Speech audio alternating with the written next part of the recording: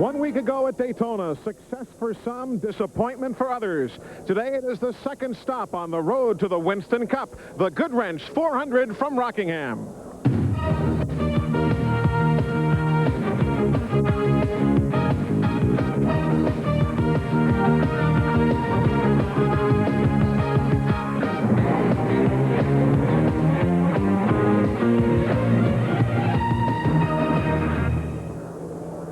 Good afternoon, everybody. Welcome to the North Carolina Motor Speedway in Rockingham. Bathed in sunshine, temperature 73 degrees. Some major stories unfolding here this weekend. Terry Labonte is on the bush pole. He is quick, and in the garage area, they say, far and away, he is the man to beat. We'll update you on many stories, including the Pontiacs. They have a brand new race car. The Grand Prix totally redesigned, and 4 Pontiacs have qualified in the top 11 for today's 400.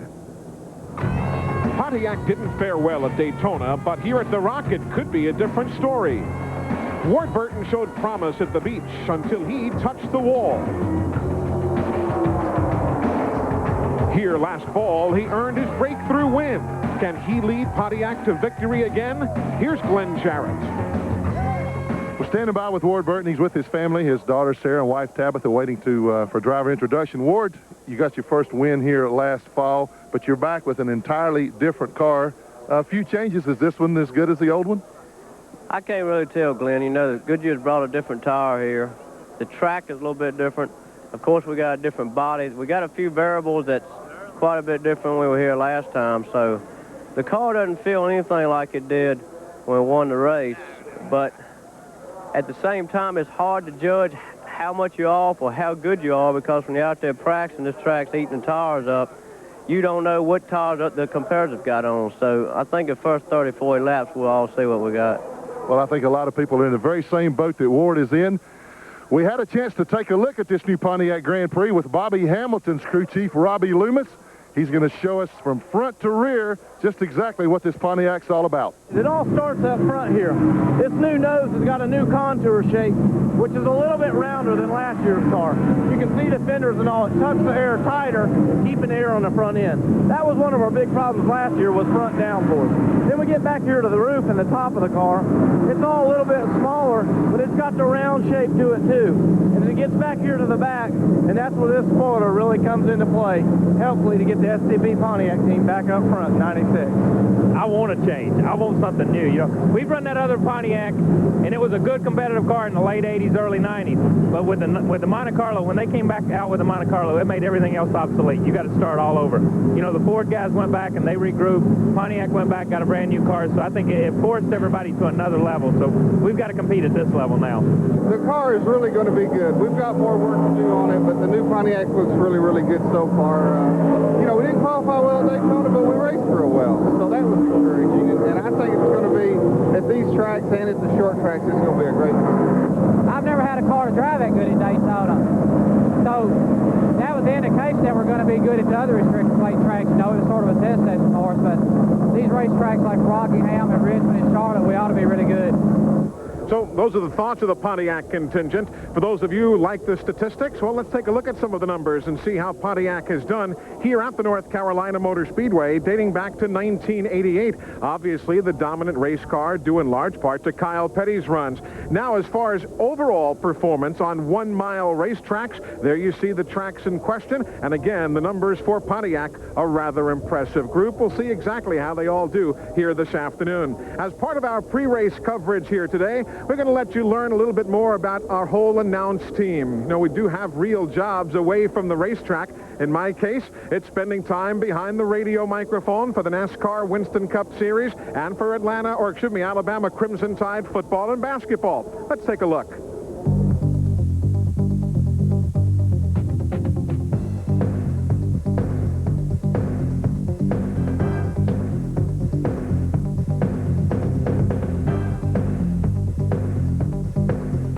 With 28 seconds to go on this third quarter, Bama kicks it away. Howard springs it out left side, inside 25, and he stumbles out of bounds to the 15-yard line. Lassick trying to turn the corner, couldn't quite do it and lost his footing, and he comes up limping. If you're just joining us, You're tuned to live coverage on MRN Radio of the EC Delco 500. We are live at the North Carolina Motor Speedway in Rockingham, 14th and 15th spots. Sterling moments ago tried to make an inside pass on Brett Bodine, wasn't able to pull it off and had to back off because Sterling nearly took both he and Brett out of the race.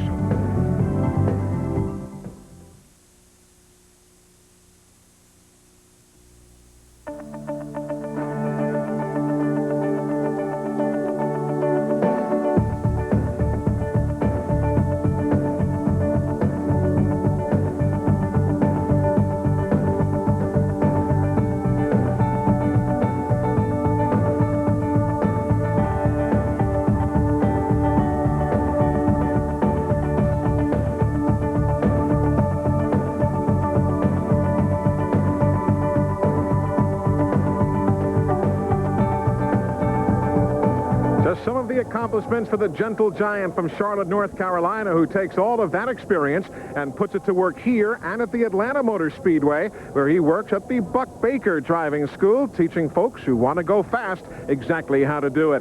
Dale Earnhardt, he loves to go fast. He, of course, was in search of his first Daytona 500 win a weekend ago. It didn't come, but he's not worried about it now. He's looking at the full picture, the chase for the championship, and that's why he's approaching this weekend the way he is.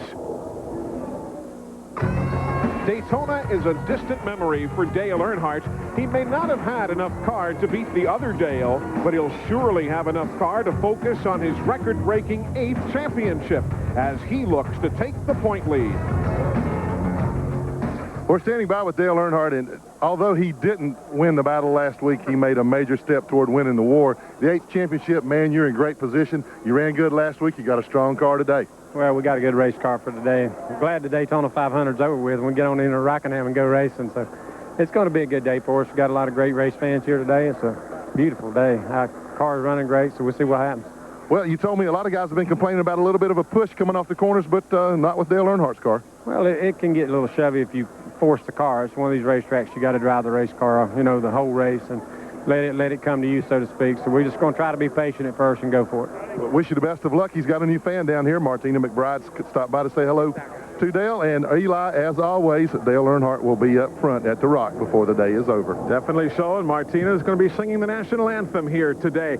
Dale Earnhardt is a one-car man. He is the only driver fielding a machine out of Richard Childress Racing here this weekend. But the super teams are becoming more and more a thing of the future. And who better to talk about NASCAR's super teams than a man who's involved in one of them, Larry McReynolds. Over the past few seasons, we've seen many Winston Cup car owners add a second, and in some cases, even a third team. Now, adding that second team is not an easy task. Believe me, we're trying it this year at Robert Yates Racing. There are many reasons why adding a second team can work to a team's advantage. The thing I saw with running Mark and Ted's Valvoline and Family Channel programs together was that by doing two exactly the same, we'd have economies of scale. We'd be able to have the drivers help one another specifically, you know, with exactly the same car, and thought that we could use our testing to our best advantage, and of course tie our engine program together and build twice as many engines for the same amount of development work we were doing. Doing a second car really adds to the budget to do the things that you need to do to get faster. So, you know, I guess Rick Hendrick really, maybe he was a visionary 10 years ago, and I know he took a lot of criticism for it, but right now I think he's smiling a little bit. You got more guys thinking about the same thing. Everybody's worried about winning races. They worry about qualifying on qualifying day and things like fuel mileage on race day and what kind of sticker tires or scuff tires, whatever. You got 3 really good heads in the 3 crew chiefs and 3 really good heads in the 3 race car drivers, and all the guys working together thinking about the same thing, aiming at the same problem. You got to solve it quicker than the other guy. One aspect of the multi-team deal that may seem difficult is getting the teams to share information, but that's not the case. Sometimes that's the easy part. Ted and Mark really work good together. They even have the ability to talk to each other on the radio, like on cautions, for instance. And so there's a tremendous advantage there. They can map a little strategy. They can maybe help each other. For sure, it helps the two efforts to have 2 guys that like to work together. We sit down after each practice session, and, you know, Todd will come in, and Larry, him and those two will meet together and try to figure out what they've found. Every car wants something different. So it doesn't mean that if you find this on one car, on the 28 car, that it's going to make the 88 car faster. I would much rather us learn something and have to give it to two other guys and to get what they learn than have to try to figure out what everybody in there's got. You know, it's kind of like 3 against 1, or three against 1 that way, and it works real good. Now, what's real nice is how many teams in there you think would like to be able to go on Monday morning and take the winning car apart. You know, we can do that. So it's not frustrating, it's rather comforting. Now, this season is definitely going to be a learning experience for me. What I'm trying to do is find the balance between 2 different drivers and 2 different teams. Well, I guess we'll just have to see how it all turns out next November. Well, I don't think anybody's going to bet against Robert Yates Racing, not the way the season has begun. Let's take a look at exactly how the multi-car teams did at Daytona in the 500 last weekend. There you see the finishing numbers for Rick Hendrick Motorsports, and of course, 2 of those men, Labonte and Gordon, share the front row here today. Another of the multi-car teams is Jack Roush's operation. He added Jeff Burton, the man in the middle, to complement Mark Martin and Ted Musgrave, and obviously they had a fine week down at the beach.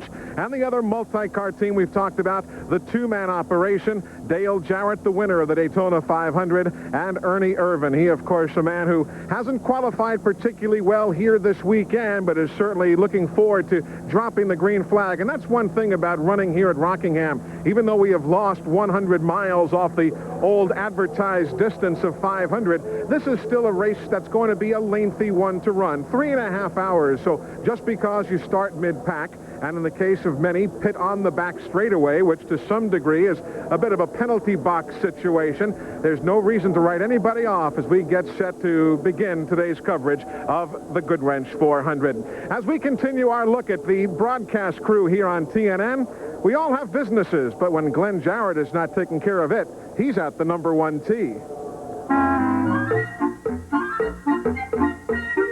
Yeah, it had a lot of hang time, didn't it? It was actually a high dive. Golf is my life. I do TV just so that I can afford to go play golf somewhere.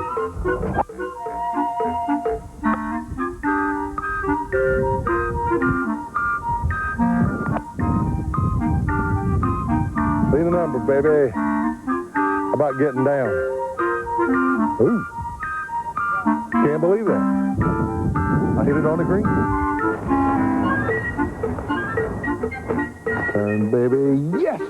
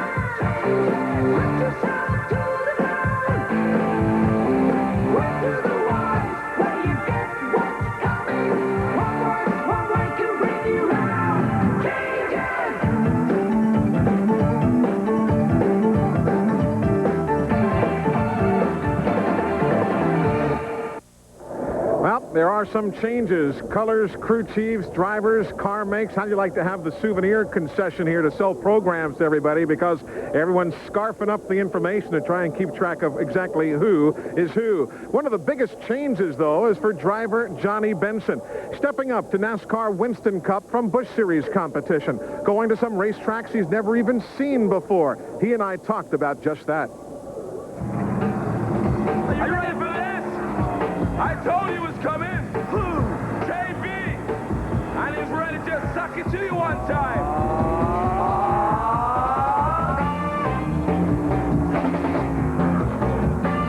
Pennzoil Pontiac, Bahari Racing, long way from Berlin Raceway in Grand Rapids, Michigan, isn't it? Yeah, it sure is. You know, when I first started my racing career on the dirt and then moved to Grand Rapids at Berlin Raceway, what a big difference, man. It's unbelievable.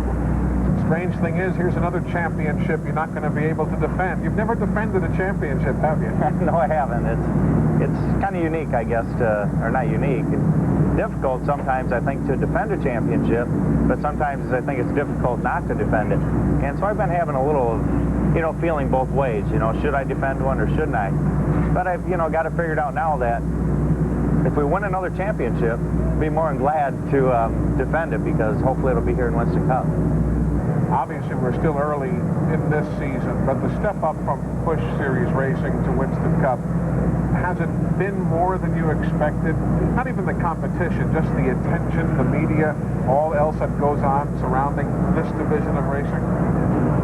Yeah, it has. I mean, it's very overwhelming, the differences between the Busch Grand National and Winston Cup, but it's great. I definitely enjoy it. I enjoy the guys here at this team, Bahari Racing, and they've been making me feel real comfortable. And I think that's is going to be a key for myself, is these guys are 100% supportive, and I think that's going to make the biggest difference of being, I think, on this side as opposed to the other side. And not that I wasn't comfortable over there, and them guys really treated me good too, but I think it's that extra step that the team's taken to make sure I'm comfortable, and so we can do good as a team. You realize that there are people who are saying right now that you and Jeff Gordon will be the two men to lead this sport into the next century. You're on the cutting edge of the new breed of racer. Do you feel that? Do you feel any responsibility? No, I don't feel that at all, because I don't know where that comes from, because I don't feel myself any different than any of the other race car drivers around. I mean, it's great to have that, I guess, tagged on you, but in the same token, I don't feel I'm no different than any of the drivers who have brought the sport to where it's at today.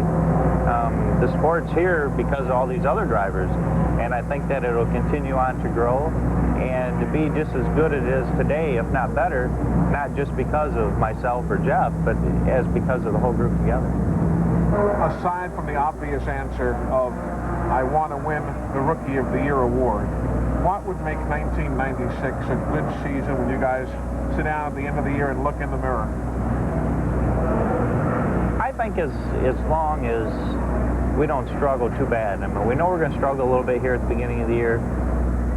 I think if we can start the year off good, be consistent, have some good runs, but as long as we progress and continue on learning from the first race to that last race, I think that's important. And if we can learn off everything that we learned, like say the first half of the season, and really make it promising for the second half of the season, I think that would be, something that would be proud of.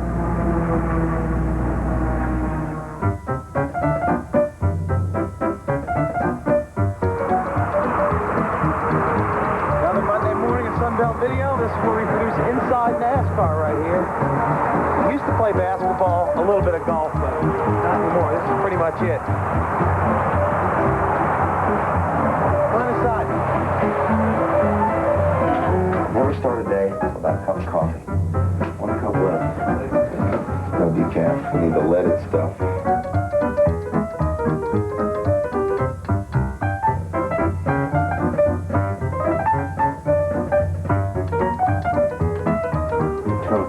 New cars. Hey! Yes. We got a call on 137. Okay.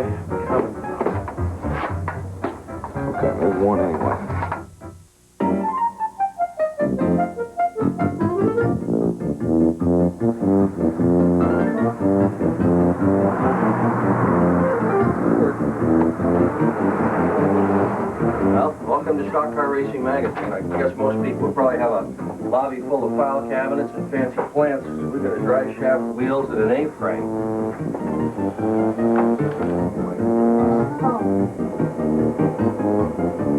I also get to do a lot of the studio photography around here, work with the beautiful models. Would you turn your head to the left? To the left. Take that one.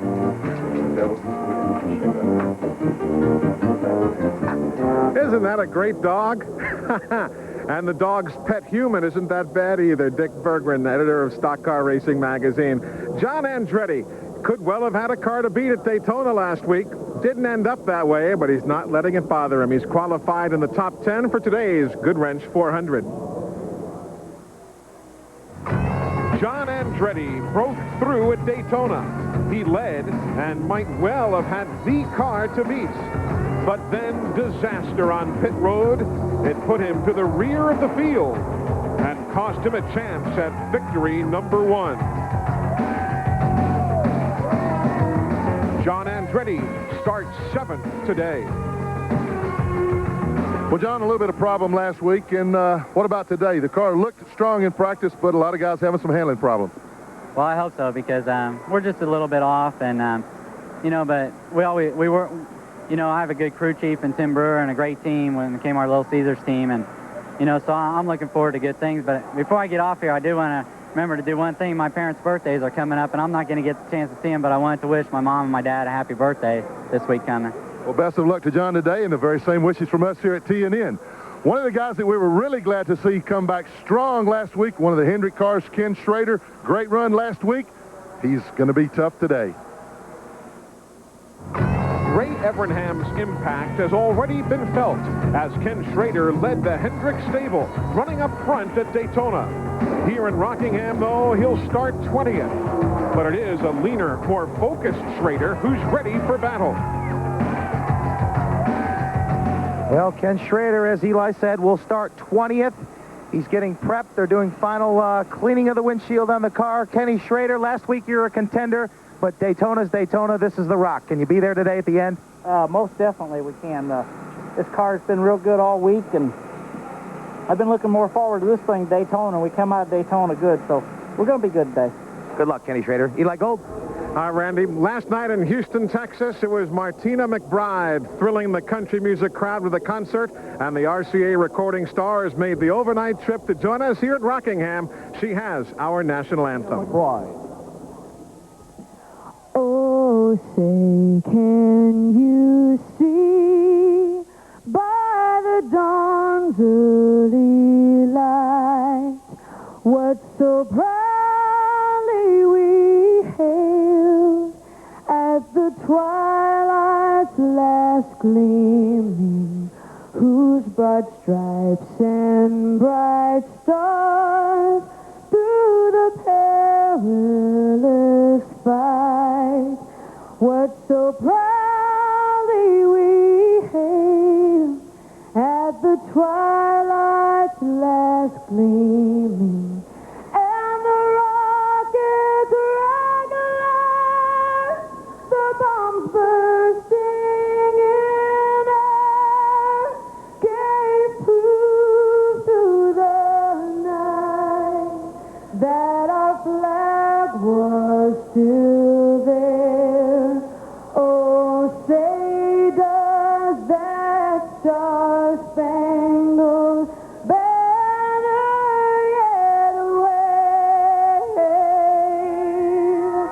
o'er the land of the free and the home of the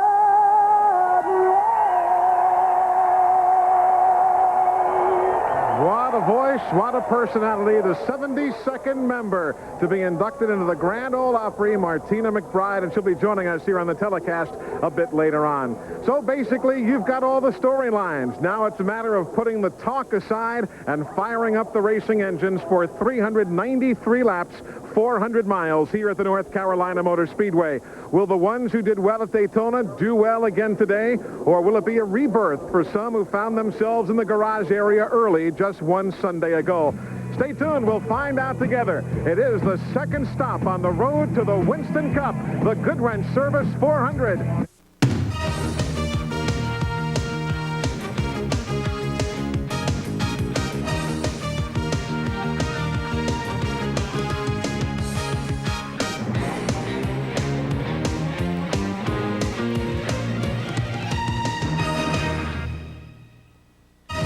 Welcome, everybody, to the North Carolina Motor Speedway in Rockingham. TNN Motorsports with live coverage of the GM Service 400 for the NASCAR Winston Cup teams. I'm Eli Gold. Glad you're able to be part of our coverage here from the Rock today. 393 laps, 400 miles. We'll be making up the total distance. Again, everybody says he'll be chasing Terry Labonte, not just because he's on the Busch pole, but because he has been the man quick all week long, even the practice runs. Of course, joining us on the telecast, Dick Berggren, Buddy Baker, and Terry's going to be tough. Yeah, he sure is, but this is going to be a very competitive race. They have been coming to Rockingham now for 31 years, every spring, and this is shaping up as the best of the bunch. As far as automotive parity is concerned, of the 4 top runners, we've got 2 Chevrolets, a Ford, and a Pontiac. As for equity and driver ability, only 0.6 of a second separates the man on the pole from the guy at the very back of the pack. But Buddy Baker, this morning when they brought out all the equipment onto pit road, they were bringing out an awful lot of spare noses. Well, I hope they don't need the noses today. But this racetrack has a way of getting you where you're very comfortable, and all of a sudden you relax for a second, into the wall you go. Turn 2 has collected a lot of good race cars in the past. Today they're asking a lot of the chassis. Look for tire wear to be one of the factors, and also how much time you lose on the racetrack when you start scrubbing those tires. And everybody is also thinking about the fact that this is going to be a little bit of a shorter race. Eli Gold. All right, Dick Berggren, thank you. Now for the Sears Die Hard starting grid, brought to you by the Die Hard battery. Now with more power when you need it. And there is the all Hendrick Motorsports front row. Terry Labonte and Jeff Gordon. They are quick, have been all weekend long. Johnny Benson, the Busch Series champ, stepping up. Hut Strickland won the Busch pole here last fall. Good runs for Bobby Labonte. And Steve Grissom, he's excited about his chances today as you take a look at the others who have qualified well. John Andretti and Kenny Wallace. Boy, has he been sky high here this weekend. A couple of Pontiacs, and notice the paint job on Bobby Hamilton's, a throwback to the old STP Dodge of years ago. Ward Burton, the winner here in the fall. Jeremy Mayfield, another young man for Cale Yarborough, who's doing well. And there you see the rest of the starters. Dale Jarrett, Darrell Waltrip, hoping for well. Bill Elliott says he can surprise, but I'm not quite sure if the car is quite where they all want it here this week. Brett Bodine, Dale Earnhardt in the middle of the field. Kenny Schrader made it in on the first day of qualifying. He'll be starting in the 20th position. Others, Rusty Wallace, he's always strong here at The Rock. And, of course, Mark Martin, who won here yesterday. There you see Jeff Burton with the Roush team. Rick Mast, Racer Rick, now with that Hooters Pontiac. Ricky Rudd, we heard from Michael Waltrip, who joined us on the Race Day show earlier today. He's excited being with the Wood brothers. Ted Musgrave, Jimmy Spencer, they're pretty good qualifiers. There you see Derek Holt, Ricky Craven in row number 15. Further back here in the field, you've got Sterling Marlin, Mike Wallace, who says the car can go here today. We'll have to wait and see exactly what the pace will be like. Todd Bodine for his brother Jeff Bodine. We'll talk about that. And Ernie Irvin, he starts and has to pit from the back pit area. Mike Skinner, the Series Truck Champion, or the Craftsman Truck Series Champion. Wally Dallenbach Jr., late speed, there in row number 19. The 20th starting row, Bobby Hillen and veteran Dave Marcus from Wausau, Wisconsin. And Loy Allen all the way at the back of the field from Raleigh, North Carolina. He'll be going shotgun here this afternoon. So we're set to go racing from the North Carolina Motor Speedway in Rockingham. It is live on TNN, where you see more NASCAR racing than on any other network. Today's exclusive TNN coverage of the Goodwrench 400 is brought to you by Haviland Formula 3 Motor Oil. Controls volatility and fights vaporization. By the more than 1,250 AutoZone stores across America. AutoZone, the best parts in auto parts. By Miller Genuine Draft, proud sponsor of the Miller Racing Team. We race for beer. And by Chevrolet. One car company has won more races in the history of NASCAR. Genuine Chevrolet. Welcome back, everyone, to the North Carolina Motor Speedway in Rockingham, the first of 3 pace laps of the field as we get set to go green in today's running of the Goodwrench 400. Now let's take a look at the Texaco Haviland motor oil update. They control volatility and fight vaporization, and they bring you the NASCAR Winston Cup point standings after 1 race at Daytona. And it's just exactly the way they finished the Daytona 500 with Dale Jarrett on top with 180 points. Earnhardt is second. Schrader, good run at Daytona in 3rd spot. As far as this Rockingham race is concerned, let's give you some of the important numbers. Don't want to overdose on the numbers, but there is the AutoZone race analysis brought to you by the more than 1,250 AutoZone stores across America. AutoZone, the best parts in auto parts. There you see the 393 laps at going to 400 miles here today with a 62nd Winston Cup Series race here at Rockingham. Let's get a last-minute update from down on pit road. Glenn Jarrett. Well, Eli, in an informal poll I took this morning, Terry Labonte is the odds-on favorite. Ray Evernham, Jeff Gordon's crew chief, told me they were a little bit pushy loose, weren't real happy with the car. Bobby Hamilton seems to be the strongest Pontiac. He's real good. Ward Burton had some problems early this morning with the transmission. They had to change it. Didn't know what the problems were. Ken Schrader changed an engine, broke a fuel pump. Rusty Wallace says he's awfully good. That's all I got. Let's go to Randy. Well, guys, as they get ready to go green here shortly, I would like to tell you that Dale Jarrett, after winning at Daytona 1 week ago, really needs to get it done here today if he wants to challenge for the Winston Cup Championship. His record at the Rock has not been all that great since he went full-time on this schedule back in 1989. They've got a new combination of crew members working at the Robert Yates Racing Team. If they're going to get it done, they need to be tough in the next 7 races before they get back to the plate races at Talladega. So Todd Parrott and them are going to do everything they can to get Dale Jarrett up front here today. Eli? And we will, of course, be riding along with a number of different drivers today. Mark Martin has a camera that'll pivot all the way 360 degrees. There's a look from his roof camera. We'll also be bringing you other pictures throughout the course of the afternoon. Steve Grissom carrying a car or a camera in his Yabba Dabba Doo car. And he said to me, he said, I hope it ain't Yabba Dabba Doo Doo before the day is over. And I said, well put, young man. And there you see other views. We've got Dave Marcus, who's also carrying an in-car camera for us here today in his Prodigy Chevrolet, starting in 40th position. Elmo Langley has taken the pace car off the racetrack, and we are about set to go. There you see the lookout from behind Dave Marcus's machine as the front row now approaches the start-finish line, and we are set to go in the second race of the 1996 NASCAR Winston Cup Series, all the way to the start-finish line. The green is in the air, and Terry Labonte, the push pole winner, quickly through the gearbox. He's got Jeff Gordon, though, going to the high side, taking advantage of the banking if he can get the quick jump on the start. There was no plan among the Hendrick drivers as to what to do when they got to that first corner. In fact, they hadn't even talked it over. They both decided that just let the race take it to them and go however the cars wanted to go, and Labonte is strong right off the top. Everybody sorts themselves out. Buddy Baker, you mentioned your dad has the driving school here, the Buck Baker driving school. Everybody cleanly on the restart. How tough is this track to get a good handle on for a driver? Well, what I've noticed this week is that they're able to run 2x2 in the corners, sometimes 3 wide. So the groove is not right on the bottom like it has been in the past in a few races. So you can race side by side, and I look for a lot of good racing all day long. Terry Labonte showing the way in the early going. That is not unusual here. Terry has 5 times led a race here for more than 100 laps. So this is his 35th career start here, and he's used to running near the front, and already the front 2 starting to pull away. It'll be just about 3/4 of a second from those front 2 back to the 3rd place running Bobby Labonte. Well, Eli, you see Terry Labonte there in the 5 car, right behind him, Jeff Gordon. They were very smart at the first part of this race. They got single file. They did not run side by side, and they built a little bit of lead up over 3rd place. There's the 94, Bill Elliott. The 87 is Joe Nemechek. They're working back in the middle of the field, 16th, 17th position. Quite candidly, this morning, Mike Beam, the crew chief for Bill Elliott, was kind of concerned as to exactly whether this car is going to be dialed in for the 400 here today. Well, he had a very different strategy for setting the car up, Eli. And Usually it's Mike Beam and Bill Elliott that talk this thing over, but they came up with something a little bit different, and I asked Beam, I said, where'd it come from? And he said, Dick, I just had a vision. And that's where it is, a vision. You still having those, buddy?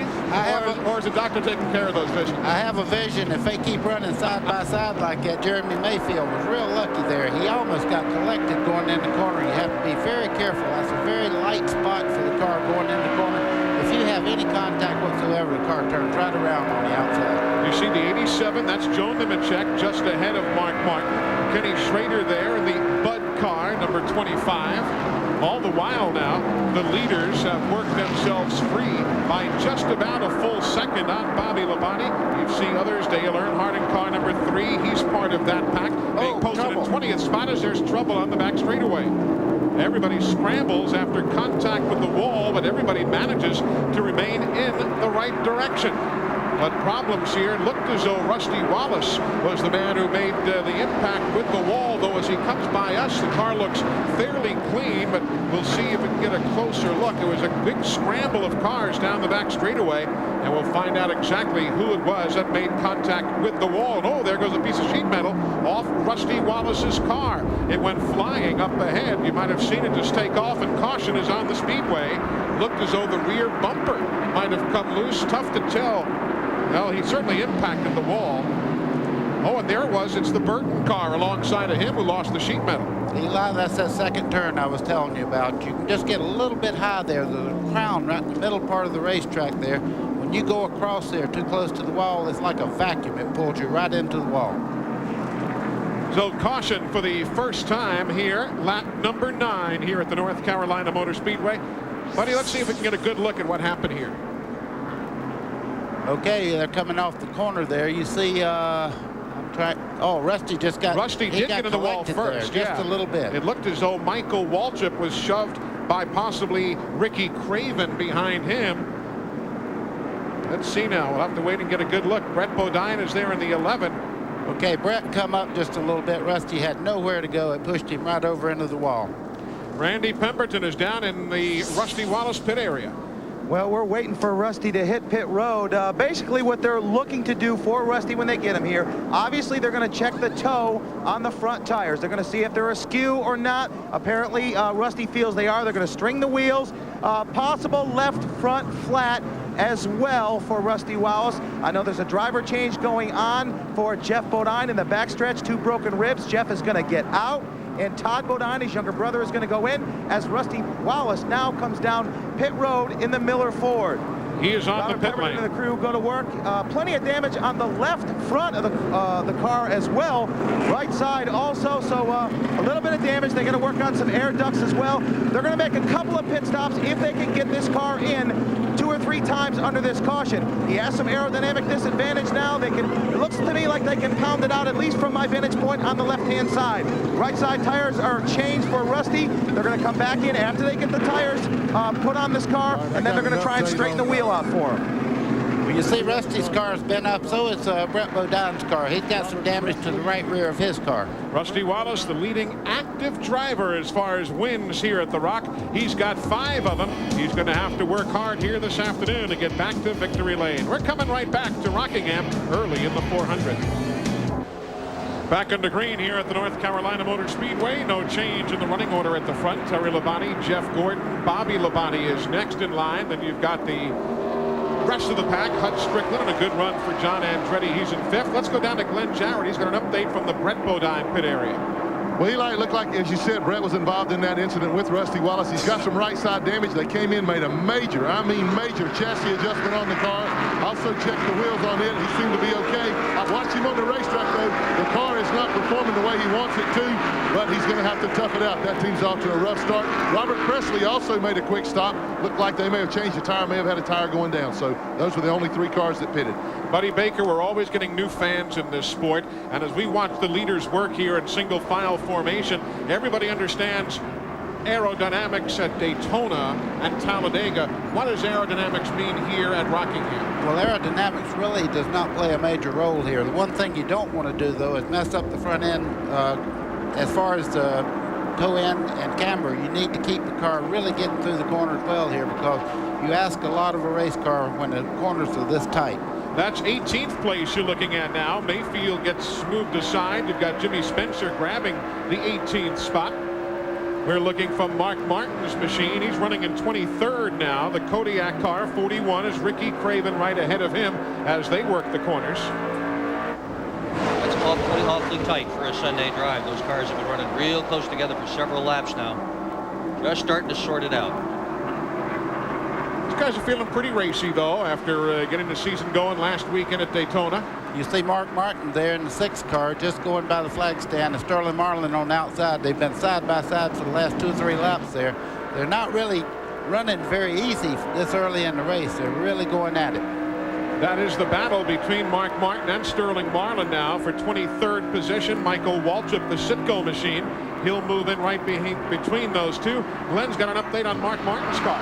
Well, Eli, it's a little unusual to see him running this far back in the pack. He's usually one of the top cars here at Rockingham, but this morning in the garage area, Mark told me he just wasn't happy with the car. With the new tire they've got, it compresses more, the sidewall flexes more. It really messed up the settings they had on the car. Everybody having problems down in 3 and 4 with the cars bottoming out, and Mark said he just hadn't got it dialed in the way he wants it yet. You can bet they'll work on it during the race. Of course, we're still early here, as Glenn points out. Plenty of time to work on things here at the Rock this afternoon. Just tuning in, we are 20 laps complete. No one yet has challenged Terry Labonte, and I wonder how many times we'll be saying that sentence this afternoon. You can see Rick Mess there getting very sideways up out of turn 2 there. I think he has a loose problem. He normally runs very well here. As a matter of fact, he could have won the race last year and had a problem with a tire that wasn't tightened up just right, but he's usually a factor, but he's fighting a loose condition right at the moment. That's 22nd spot where Rick Mast is running on the racetrack. Mark, as you see, carrying our in-car cameras here this afternoon. 22 laps complete.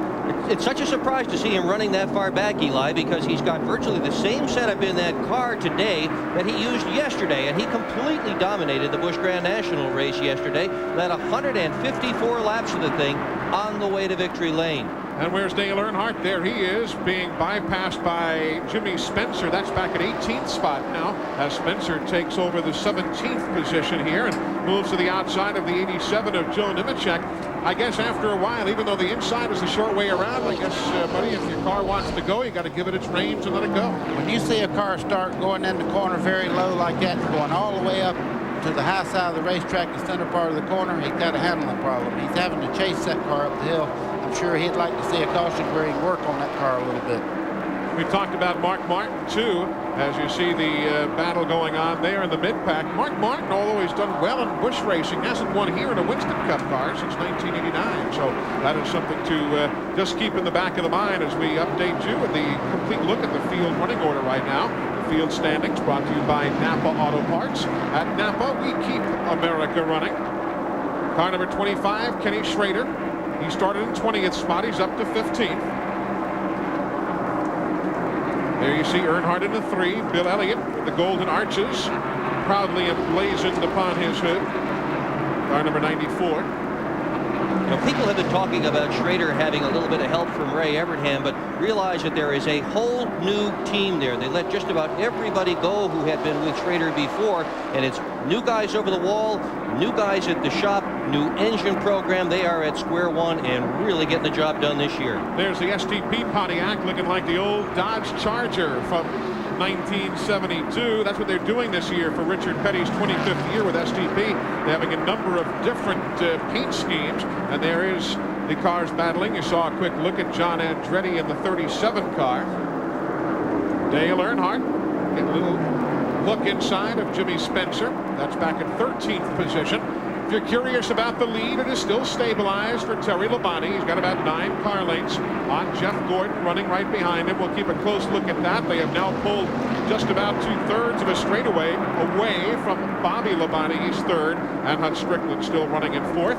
There goes Jimmy Spencer now with a bit on John Andretti. Spencer holding down the 12th spot, wants 11th place now as they work the corner.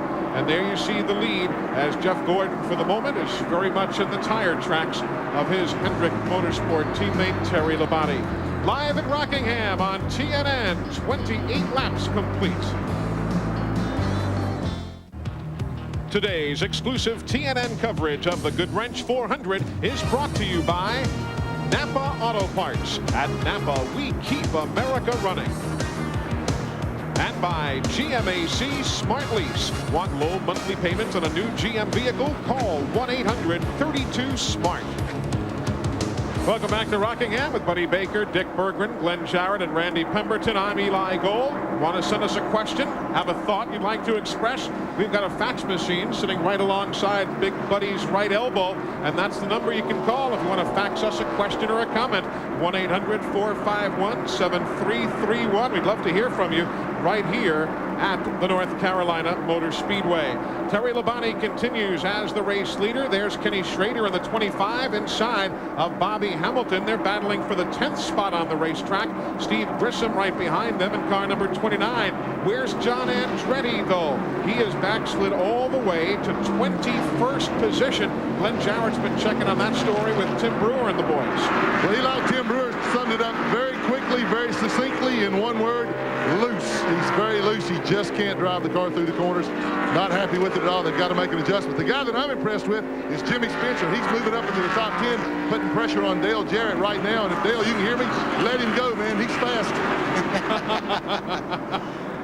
That's the thought of Glenn Jarrett down on the pit lane. It is 3.8 seconds right now from the leader, Terry Labonte, back to third place, Bobby Labonte. As you see, the Cartoon Network machine, the Hanna-Barbera sponsored entry for Steve Grissom, looking inside, outside, all around the Bill Elliott McDonald's car. That's 14th and 15th. Elliott's in 14th, and Grissom, as you see, in 15th. Dale Earnhardt, he's in 8th spot if you're following his fortunes here this afternoon. You know, you talked about the new look for Schrader's team. Brand new crew chief, Phil Hammer. You've got, heck, all across the Hendrick Motorsports picture. You've got now chief mechanic Ed Guzzo with Jeff Gordon's bunch, working with Ray Evernham. A number of changes.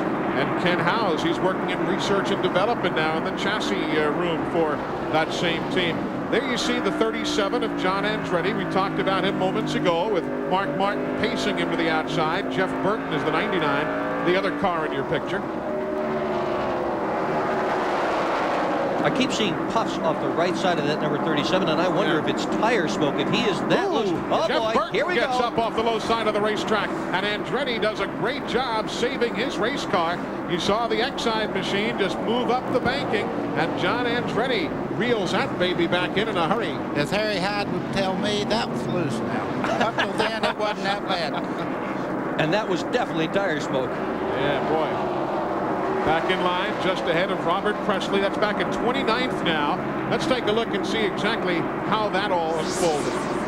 Well, you can see Robert Presley down on the bottom side there. They make contact just about right there. Yeah, you can see Robert's car kind of slide up into him. Actually, that's Jeff Burton who made the contact there. That was a great catch, though. I guarantee you Ernie Irvin was sitting there in 28 just behind there going, oh, boy, don't do that.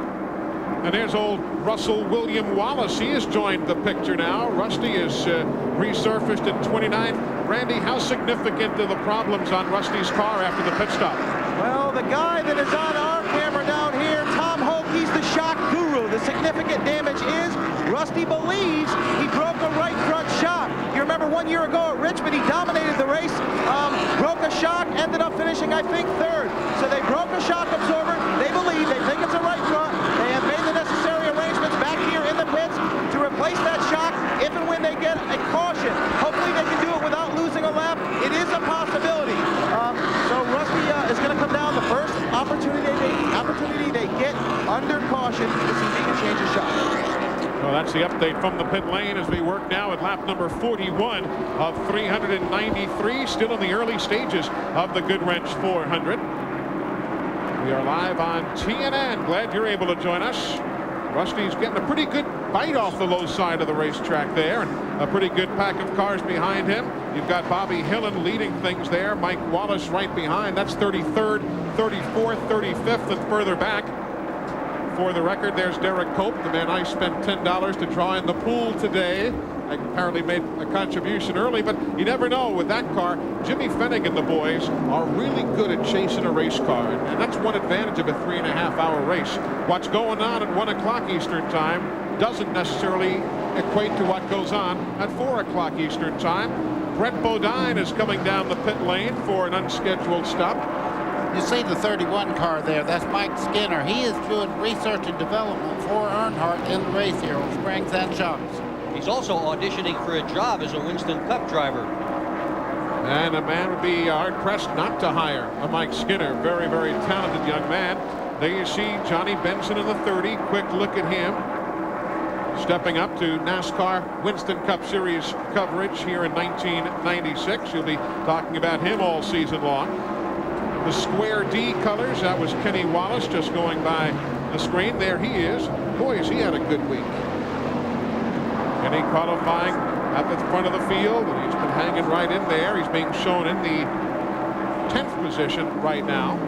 Here now comes John Andretti down the pit lane. We've talked about some problems with the car. Glenn Jarrett, they finally had to bring him on in here at lap 45. Yeah, Eli, when he got tangled up with Jeff Burton out there and nearly lost the car, they started ready to bring him in now. Wiggins get a good shot now. There's a tremendous amount of damage to the left front of the car behind the left front tire. Fortunately, it's not on the tire, but actually knocked the fender away from it. So he's okay in that respect. But they're making a major weight change in the car. They're really jacking on the jack screws right now. Obviously a 4-tire change at this point. This is a lot earlier than they wanted to pit, but this will give them a chance to see what kind of tire wear they're getting. Obviously not too good as loose as that race car is. He's down and away. Well, John Andretti will drop himself off the lead lap, and look where Mr. Earnhardt is. He is up to 5th. And his buddy Jimmy Spencer has now made his way up to 6th. But all the while, it is still Terry Labonte who is showing the way here at the North Carolina Motor Speedway. Live on TNN, the Goodwrench 400, 47 laps complete.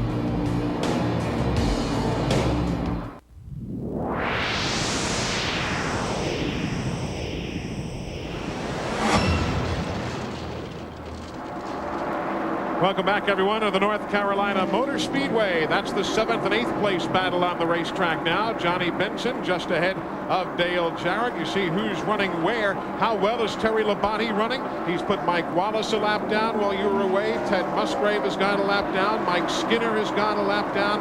That's the pace already here. 54 laps into the Goodwrench 400. I'm Eli Gold, Dick Berggren, Buddy Baker, Martina McBride. Great to have you in the booth with us today. Good to be here. Great to see. How was the trip in from Houston? We told the folks earlier you were there last night. When did you make it to the Rock? We got in, we flew back to Nashville last night and got in today just right about an hour before the race started. Well, it's great to have you here. And Martina, for those of you who might have been tuning in a bit late, she sang the national anthem here this afternoon. As you see Bobby Hillin, Todd Bodine in the 7, subbing for his brother Jeff, who's got a couple of cracked ribs. Jeremy Mayfield in the 98. I was watching along with much of the rest of America while you, Martina, were inducted in the Grand Ole Opry, the 72nd member of that venerable club, if you will. And congratulations. And you were genuinely moved. I mean, that was real emotion. I was very moved. It's, you know, the Opry is something that I've always looked up to and respected. It's all about the tradition of country music and our heritage, and to be included into that family is just a real honor for me.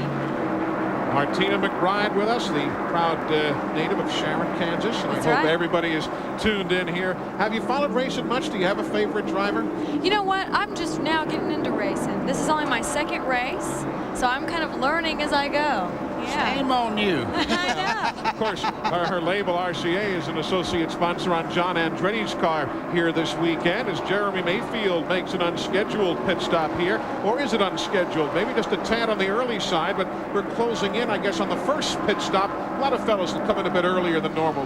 Eli, the race cars are beginning to use all the racetrack right now. I think we're having a lot of give up on the cars. Earnhardt is the first guy to really go high on the racetrack. Down in turn 3 and 4, you see him using all the racetrack. Look how high the line is for the number 3 car as you see him going through the corner. And he run Terry Labonte down. He was almost a half a lap back. He's pulled it down to he's in the same corner with him now. Exactly. You see Jeff Gordon running in 2nd spot as Earnhardt tries to get around to the inside of Mike Skinner and does bypass him. And old Jimmy Spencer hanging right there as well. Martina McBride watching from the booth. And I'll tell you, that number 1 single is just doing a super job. Wild Angels is rocketing to the top of the charts. I know you're awfully proud. It's very exciting, yeah. It's good. Exciting time for us all the way around. Personally, I like that one, but Independence Day is going to be hard to beat. And of course, the CMA folks agreed when they gave you the CMA award, but you've had a wonderful run of hits. Yeah, well, thanks. We've been real lucky, and a lot of people have worked really hard to make it happen, so it's going good. There's the battle for second spot now. Dale Earnhardt goes to the high side of Jeff Gordon and now finds himself just 1 3/10 seconds behind the race leader, Terry Labonte. Once Earnhardt got Gordon, look at him take off. Look at the distance between those two cars and the difference in the line. That's it. He found that high line just a few laps back, and boy, he had motored up through there, took over second place now, and he's catching Terry Labonte. Only 30 cars on the lead lap as you see Earnhardt go around Mike Wallace in the Heilig-Myers machine. There is that steady progression that Earnhardt has put on this field thus far. But again, Terry Labonte is still the leader if you're just checking in. And tires are emerging as a major story today. The times have dropped off a little over a second a lap since this event began, and we're looking at 25-second laps. So a second a lap, new rubber seems like a good idea. There's Earnhardt. He's running in the second spot, and we'll get an interval for you between the race leader. There's Terry Labonte, who will come into the picture right there. He's exiting turn number 4, so it's a fairly significant spread right at this moment. But Earnhardt's making a move and taking his way to the front bit by bit. Martina, great to see you. Good luck with all the Grammy nominations. Look forward to hearing some great songs from you. Thanks so much. Thanks for letting me hang out with you guys. Good pleasure. Martina McBride here in the booth. We're coming right back with more from Rockingham in just a moment.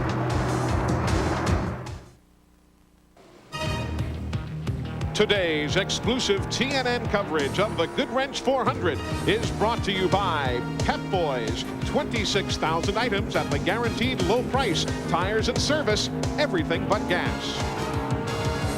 Whether you look from ground level or up ahead and up high, it's Terry Labonte showing the way here at the Rock. And those aerial views brought to you by the folks at Steel. Steel, powerful, easy to use, and durable. Qualities you can depend on in Steel territory, and they're responsible for all of the great helicopter shots we're seeing today. Labonte now about to go around the machine of Joe Nemechek. Only 27 cars on the lead lap, and here's Kenny Schrader coming down pit road while you watch Jimmy Spencer and Dale Earnhardt. He's the front brakes on Schrader's car are on fire. That's why he's on pit road. Kenny Schrader with fire coming from the right front wheel well of his car as you watch the second and third place cars, Jimmy Spencer and Dale Earnhardt. There you see Schrader's team, Phil Hammer and the crew trying to work on it. Randy, what's the update? Well, the update is Kenny came over the radio about 5 laps ago and said, guys, the brakes are dragging. He came back over the radio about 2 laps ago and said, I have to pit now. If I wait for 10 more laps, when I would normally make my fuel stop, I'm going to blow right by you in the pits because I won't have any brakes. He said, take some tape off the front of the grill. Let's start working on it. Boy, they're in big trouble. A big disappointment for the Budweiser crew. They had high hopes coming in here to Rockingham. Smoke billows from the Chevrolet. Boy, tough break right there as the crew tries to work. They'll be going a lap down as the leaders swing on by. There you see Terry Labonte about to go by Rusty Wallace. That'll be in 25th position while Joe Nemechek is on the pit lane. He'll make his stop here at lap number 72. And there you see how quickly Labonte is now pulling away from everybody else. Jimmy Spencer has made a major move here. He passed Earnhardt. He's in second place right now. He has found that high groove to his liking. He is flying around this racetrack. He started 28th, and he is now the only man who's not been able to get by the Terry Labonte machine. Car 42, the Pontiac of Kyle Petty. Ernie Irvin right behind him there in the 28 machine. They're battling for 20th, 21st, 22nd spot as we look on from the onboard camera. Good scramble out of turn number 4 back to the stripe as well. As 3 wide, Earnhardt and Spencer thought about doing it. There's a good battle now. They had Loy Allen, the 19 car. He was the other man, plus the 75. That's Morgan Shepherd, who is driving for Butch Mock Motorsports. As a matter of fact, we had gotten a question faxed to us a short while ago from Kim Baxter in Arizona, coming in and said, whatever happened to the 75 team? Well, you saw Morgan Shepherd. That is the Remington Arms car right there being bypassed by Dale Earnhardt. We appreciate the faxed in comment from KW Baxter out in Arizona. Let's go to pit road and get an update from there. Well, Jimmy Spencer obviously is having one of his best career runs here at Rockingham. New crew chief Donnie Wingo has this team snapped into shape. They built some brand new cars for Jimmy Spencer. He has got it dialed in today. The only about 230. It's fluctuating between 230 and 240 as he just blew by Earnhardt moments ago. So on his next pit stop, which will be a full gas stop, they're going to take a little tape from the grill. No chassis adjustments are expected. But Spencer having a great run here at Rockingham. Jimmy is 4.1 seconds behind the leader. Terry working traffic, you see. He's about to go by Ernie Irvin. He'll work to the outside of Kyle Petty. If you're a Ken Schrader fan, he is 5 laps down after the extended stay on pit road a short while ago. Now lap number 77. Robert Presley comes in for service from his crew, as these fellas, I don't think really wanted to go this far, but you got to follow the leader. But yet, exactly, Terry Labonte is running so well, and he is just going to hang on to that lead as long as he can. He's just out there riding. The car is nice and smooth, and the rest of the front runners just don't want to go in and pit as long as he's doing that. Now, once these guys get lapped, they'll go in and pit and take on tires, which has just happened with Kyle Petty. He just got passed, went down a lap, put fresh tires on, going to try to make up his lap. But boy, that 5 car is flying. And Kenny Schrader is going to the garage area. Kenny Schrader taking the Budweiser machine to the garage. There you see Bobby Hamilton in the STP Pontiac, the Pennzoil Pontiac for Johnny Benson in the 30, as Hamilton now makes the move as he comes by him going through the start-finish line area. Mark Martin makes his pit stop now at lap number 79. So much activity. We might keep you up to date on all that's going on around this racetrack because things happen in a hurry. Hut Strickland making a pit stop. A lot of these fellas just can't wait any longer because Labonte's just making mincemeat of the field. The 30, Johnny Benson, he is an 8th.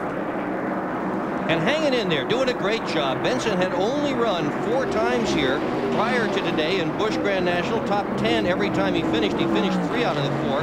Yesterday, he scared everybody about half to death in the last practice session. Coming off turn 2, just about there, he took that thing round and round and round, never hit anything. What happened, John Benson? He said, I just lost it. That's all. An honest young man. Yeah, and he's doing great today. Eli, Robert Presley just made a pit stop. If you want to know what new tires do, he passed Johnny Benson just a second ago. He's almost a full straightaway ahead in just 3 laps.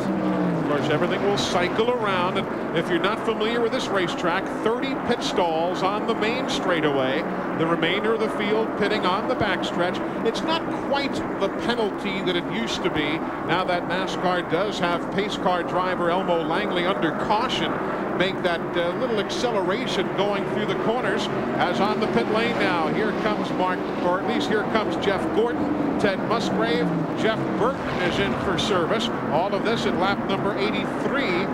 So more and more teams just being forced to say, the heck with Terry Labonte, we're just going to go and do it as we see fit. There you see a big pack of cars working through the corner, and there you see the DuPont Chevrolet. Monte Carlo being serviced by Ed Guzzo. A couple of rounds there. Significant chassis adjustments. A lot of the teams were complaining that their cars just pushed. This one, Ray Evernham was able to adjust between push and loose, and I'll bet you anything they're going to get that thing better now that they've made a pit stop. Let's go to Randy. Everybody on pit road, guys, have been making chassis adjustments. Mark Martin went to the track bar adjustment. It's been a wedge adjustment here, a wedge adjustment there. We're waiting for Jimmy Spencer to hit pit road, but it's just been plenty of chassis adjustments. Nobody's got their car to their liking, at least as the first go-round here of pit stops continues. A 19.88 second pit stop for Jeff Gordon. Derek Cope is on the pit lane as you watch Terry Labonte. Hasn't yet made his pit stop as the race leader. Let's take a look moments ago at Terry Labonte trying to work some traffic. He and Derek Cope were together trying to put Derek a lap down, and baboom. Well, that's what happens. Casual contact there. That's just good hard racing. Nobody really meant to do anything wrong there. And that's what happens when you're on old tires, too. It's really hard to hang on to it. I'll bet Labonte will be coming in soon after that. That was a wake-up call. Derek Cope is on the pit lane. Dale Jarrett is in for service now. Bobby Labonte making his pit stop. All of this at lap number 86 while we await that man, Terry Labonte. He has been the lone leader of this Goodwrench 400. Here's Ward Burton making the pit stop now for Dale Jarrett. 25.5 seconds his pit stop at lap 86. Ward Burton in at lap number 87 right now. And everybody is just waiting and watching. Terry Labonte hasn't yet tipped his hand as to whether this will be the lap or not. Here he comes out of turn number 4. Yes, he's coming in this time. Terry Labonte now peels off the banking of turn number 4. Dale Earnhardt stays out with him and now comes down the pit lane. So you've got Earnhardt there and the race leader Terry Labonte both coming down the pit lane. Pit road speed 45 miles an hour. Rusty Wallace is in as well. Let's go to Glenn Jarrett. Terry Labonte brings the Kellogg's Cornflakes Chevrolet in, and I tell you, they waited them out. Gary Dehart, the crew chief, told me that they weren't coming in, so some of the other guys did. They went almost 90 laps. This is lap 88. That's a long way to go. Jimmy Makar told me, his brother Bobby Labonte's pit, that they only wanted to go to lap 65. So Labonte's forcing everybody to make adjustments to their pit strategy. Let's go to Randy. Well, the tape has already come off Jimmy Spencer's front grille. Right side tires are already changed. They're working on the left. Jimmy Spencer, once again, having one of the career runs. Left side tires are on. They've worked on this pit crew over the window to help Jimmy get in on the pit. A nice pit stop for the 23 bunch. Good stop for him. Michael Waltrip, you see, leaving the pit lane in the 21 Citgo Ford. 19 and 9/10 seconds was the stop for Terry Labonte, the race leader here at the North Carolina Motor Speedway. Being posted right now, only 10 cars on the lead lap. Of course, everything cycling around during the sequence of green flag pit stops. 89 laps are on the board right now in the early stages of the Goodwrench 400. Glad you're with us on TNN. We're back in a minute. Back with you at the Terry Labonte benefit. He is continuing to pace the field 93 laps into this 400. You see that 800 number? You can call that number, 451-7331. Give the folks on the other end of that number a question, and they will fax it to us here. You don't even have to have a fax machine. Just call that number. They'll jot it down and fax it to us here. We got a question faxed in a short while ago from Amanda in Indiana. Wanted to know what happens if two cars get together, have an accident on the back straightaway. How do you determine who finishes in what position if either car can't continue? And one car's in the wall. We'll get Ward Burton with a problem, and caution is on the speedway. Ward Burton on the wall, running in 17th spot, and we're under caution for the second time here. We'll get back to Amanda's question in a moment. But the man who won the 400 here in the fall, not going to win it here today. Our pit reporter just called me just a lap before this and said he was beginning to smoke just a little bit, so it may have been an engine problem causing that wreck. So we are under caution for the second time. Lap number 97. Jeff Burton, his brother, had problems on lap number 9. Now it is Ward Burton here at 97. Boy, a gaggle of cars there. Yet right in front of Terry Labonte, too, right in front of the race leader. And you see the resulting problem. Let's see if we get a better look, guys. Oh, he got collected going in the corner there. There's contact getting in the corner. That's Ernie in the 28, Terry in the 5, and Ward Burton, who, thanks to the self-cleaning banks, edge up on the low side. Here's another look. And this is probably the most likely way to have an accident in a big league stock car race. Going into the corner, coming out of the corner. Everybody thinks there's room, and there isn't quite room, and Ward Burton paid the price. Caution, second time today, 98 laps complete of the 393. Terry Labonte, the race leader here in the middle stages of the Goodwrench 400.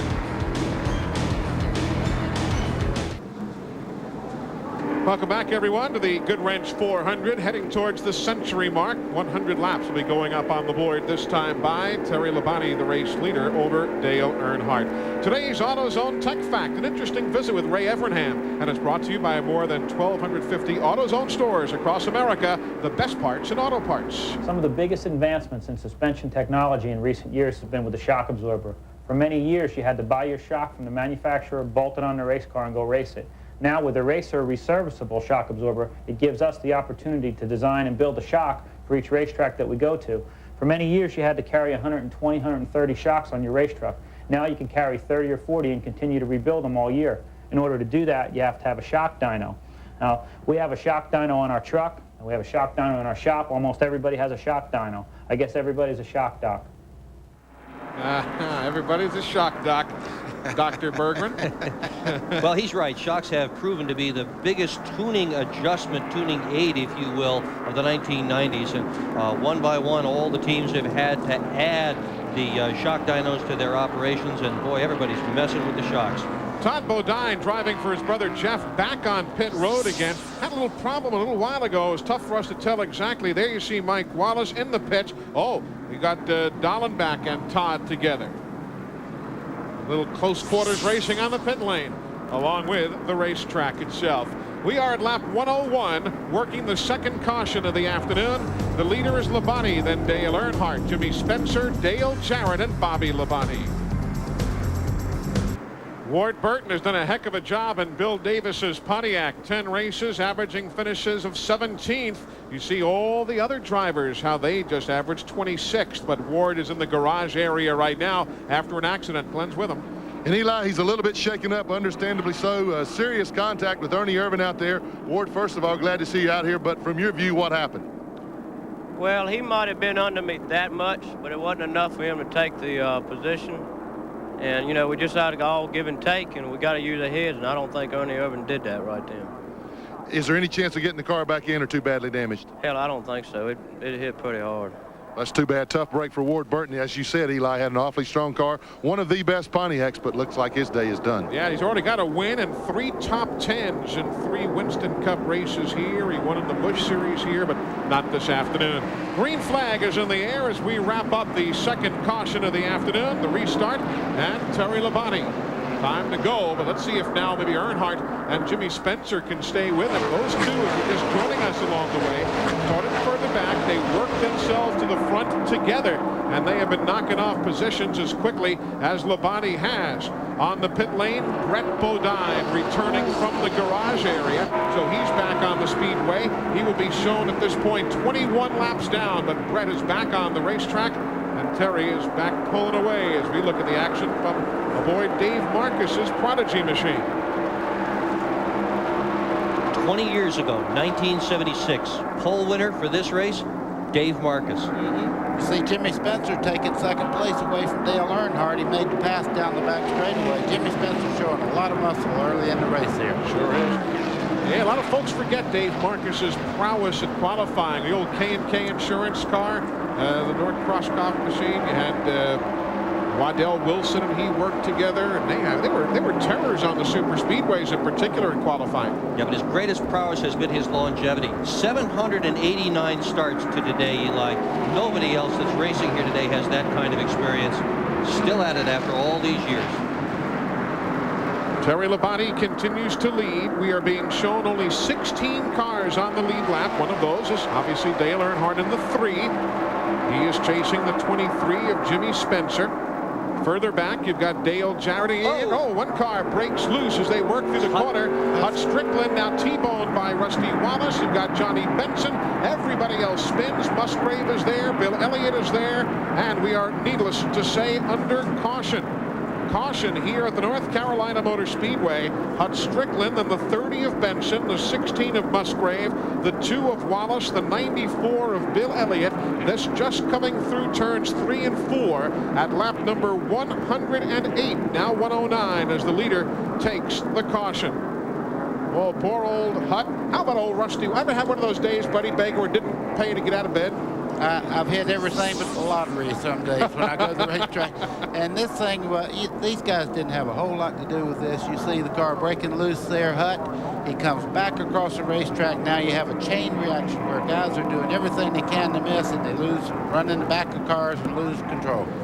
You also had Sterling spun in there, I thought at one point, as a trailer. Another angle might give us a better look as to, well, at this point, Hut's already gone. Looks like the car just broke loose. Heck, nobody was around him. Loy Allen was also involved in it. Yeah. And just about everybody else. You could almost go through the starting lineup. Oh, man. Nowhere to go. Nowhere to go. Up on the high side, one is Rick Mast. You saw the Loy Allen car, Musgrave there. He comes nosing in. So we are under caution. Randy is in Rusty's pit. Well, we continue to document the plight of Rusty Wallace and his Miller guys. They've got heavy left side damage. All Rusty can hope for now is to go out there, ride around, clean this car up, ride around, get some Winston Cup points, and go on to Richmond. But not their day today, obviously.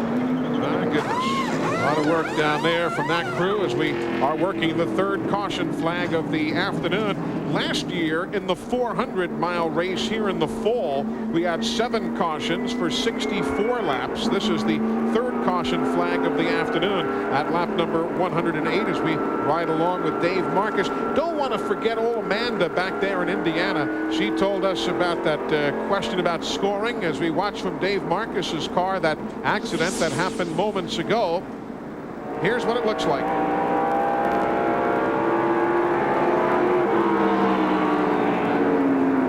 Oh, Dave Marcus had a little contact there with Hug Strickland and turned him right up into the wall. You know, that's deja vu with Ernie Irvin and Ward Burton. Same kind of situation. Now we'll see what Steve Grissom was able to see out of the window of his Hanna-Barbera automobile. He's behind Kenny Wallace.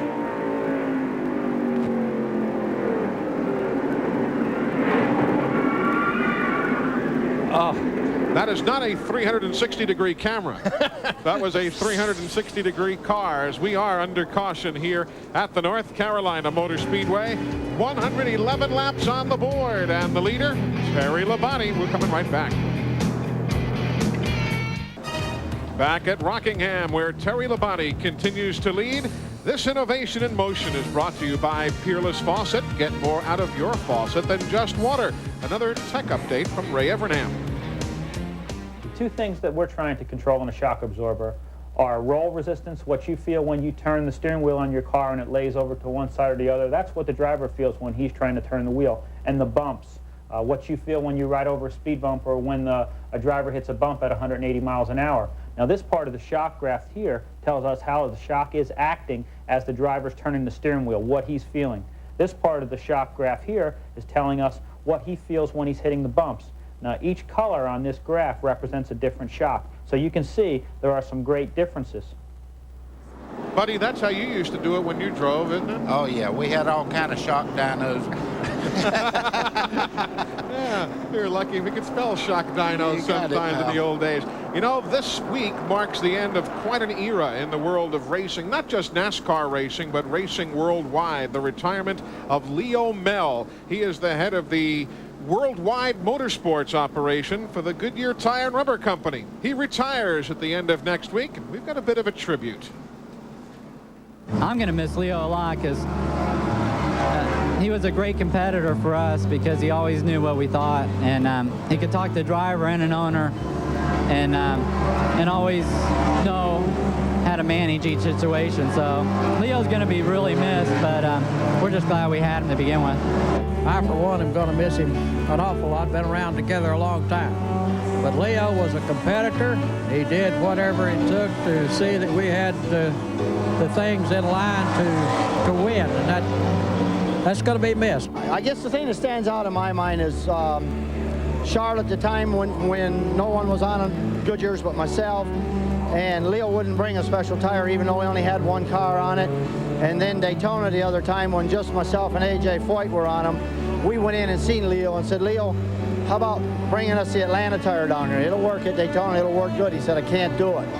And A.J. said, why the hell can't you do it? You know, he said, there's just the two of us on them. Leo says, we don't have enough to supply the field, and if you guys run them, the others will want them if they're good, and we just can't do it. He said, we've worked too long and too hard to get the good name that we have in Goodyear, and he said, I can't do it. So I really respect him for that. He's probably the guy that's responsible for all the safety that's been out there, all the great competition. There's a lot of tire companies that came in here that didn't work good, but Leo was always behind NASCAR Winston Cup racing. I hate to see him go. He's a good personal friend of mine, and he's helped a lot in my career when I was growing up to where I got now. Leo Mell, the man has not got an enemy anywhere, and there are just some of the things that he has managed as we trace his career with the Goodyear Tire and Rubber Company, and we all say a fond farewell to Leo Mell, who in typical fashion said, well, the company's going to get an extra day out of me this year because it's leap year. We have it 29th of February. We have just gone back to green here at the North Carolina Motor Speedway, and Jimmy Spencer, shot out of a cannon this time, stays right with Terry Labonte on the start. They've pulled away from Dale Earnhardt, Dale Jarrett, and Jeff Gordon. That's your top 5. Heck of a jump that time, though, for Spencer. Didn't want to let Labonte get away. Meanwhile, in the garage area, Randy is watching repairs on the Ted Musgrave machine. And so is Ted, Eli. I've counted them, 14 guys working on this Family Channel Prime Star Ford. And Ted, I know it's difficult to say what happened, but you're okay. How did you see it out there? Actually, I didn't see it. You know, the spotter told me they're starting to wreck, and by the time I got there was more cars involved than we figured. I'm not sure what started, but we just got in the middle of it. You know, we're working hard to try and get back out. It's not damaged too bad, the radiator, oil cooler, and a little suspension, but these guys won't give up. We need points. We'll get back out. Okay, they've got a hydraulic hand pump jack on it. They're trying to straighten out the frame in the front as well. Glenn Jarrett? Well, Randy, I'm down at Johnny Benson's pit, and he's still on the racetrack, so only 6 guys could go over the wall and work on his car. He is running 15th, the last car on the lead lap. He did pit every lap under that caution. Major rear end damage, but I didn't see any structural damage. Looked to all be sheet metal. He complained of a problem with the brakes. They came in a couple times, worked on that. He said the car was okay for what they had. He'll just have to ride it out. Tough day for the Pontiacs in that wreck. It took out Benson, also Rick Maston, Bob. Right before that, Ward Burton. So Pontiacs are not faring well at the Rock today. Well, certainly not because of Pontiac performance necessarily, but by virtue of the fact they're getting caught up in a lot of these accidents. And there you see second place. Spencer, the 23, has it. Earnhardt, the 3, wants it. Yeah, I was just watching the grandstands as Earnhardt pulled up on Jimmy Spencer there. They're beginning to rumble a little bit. They come and they boo him, but they love to see Earnhardt go. You've got Dale Jarrett in the 88 being watched closely by Jeff Gordon in car number 24, the DuPont Chevrolet. That's your top 5. 6th is Bobby Labonte. Ricky Craven running in 7th. Robert Presley is 8th. Ricky Rudd is 9th. That's your top 9. 10th now. They will show Jeff Burton. Kenny Wallace is 11th. Steve Grissom is 12th. Sterling Marlin is 14th or 13th spot. As you see the names now being shown you on the field summary, only the top 15 are on the lead lap. Johnny Benson and Bobby Hamilton rounding out that top 15. We have had 3 caution flags thus far, if you're just tuning in. And in the garage area, Ken Schrader, Hut Strickland, and Ted Musgrave. We have seen Terry Labonte lead 113 of the 124 laps thus far. Other leads have been held during green flag stops and caution stops and likewise, but otherwise it's been the Terry Labonte battle. 3-way battles there around the racetrack. Bobby Hillin in the 77 car. There you see Todd Bodine driving for his brother. And Jeff Gordon is off the pace. Smoke from behind the Jeff Gordon car. The DuPont Chevrolet going up in smoke here on the main straightaway. Kaboom. Kaboom is well said. Understatement of the day, certainly. The 1995 winner of this event. Meanwhile, near the front, Jimmy Spencer has chased down Terry Labonte. Eli, there's a contrast of the way they're getting through the corner right now. Spencer's moved back up into that high line. He tried to run down low where Terry Labonte was. He lost some ground to him. Now he's moved back up in his groove, and he's actually closed in on Terry Labonte. Terry Labonte's car just doesn't seem quite as comfortable as it was earlier. He's been going up the banking a tad more. And there is indication from down on pit road that Terry might be feeling a bit of a problem with the car. Glenn, what's he saying to his crew? There's a vibration in the drive line. I asked Gary Dehart, we heard him talking about it on the radio. He did verify it, that they've got a problem of some sort. Terry's taking it easy. I have moved down to Jeff Gordon's pit. He is in. He's brought the 24 DuPont Chevrolet in. The car is still running. A lot of smoke coming from it. It sounds like it has dropped the cylinder. It's not hitting on all 8 right now. So we'll update it as soon as we find out he just shut it off. We'll see what the matter. And the drivers are saying that that is one of those heartbreak situations because you've got a tough finish at Daytona a week ago. A tough situation here. Obviously, he won't win. He'll go many laps down. Not the way to start off the title defense, is it? No, it isn't. But, you know, when you look at his finishing record, this is the first real engine-related problem he has had since the shifter incident at Pocono last year. He did not have an engine-related DNF in all of 1995. There you see first, second, and third spot right now. Kenny Schrader's back on the track. If you follow the fates and fortunes of the veteran from Fenton, Missouri, he is 55 laps back after the stay in the garage area because of the brake problem that we showed you earlier, and the flames that billowed out from the right front wheel. But he is back on the track, 55 down. The only folks in the garage area, Hut Strickland, Ted Musgrave, and now Jeff Gordon, as they will push the car behind the wall. Good scramble there. The 98 is Jeremy Mayfield, 15 Wally Dallenbach, 42 Kyle Petty. All of those cars not on the lead lap, but they're battling amongst themselves for 20th, 21st, 22nd, 23rd position.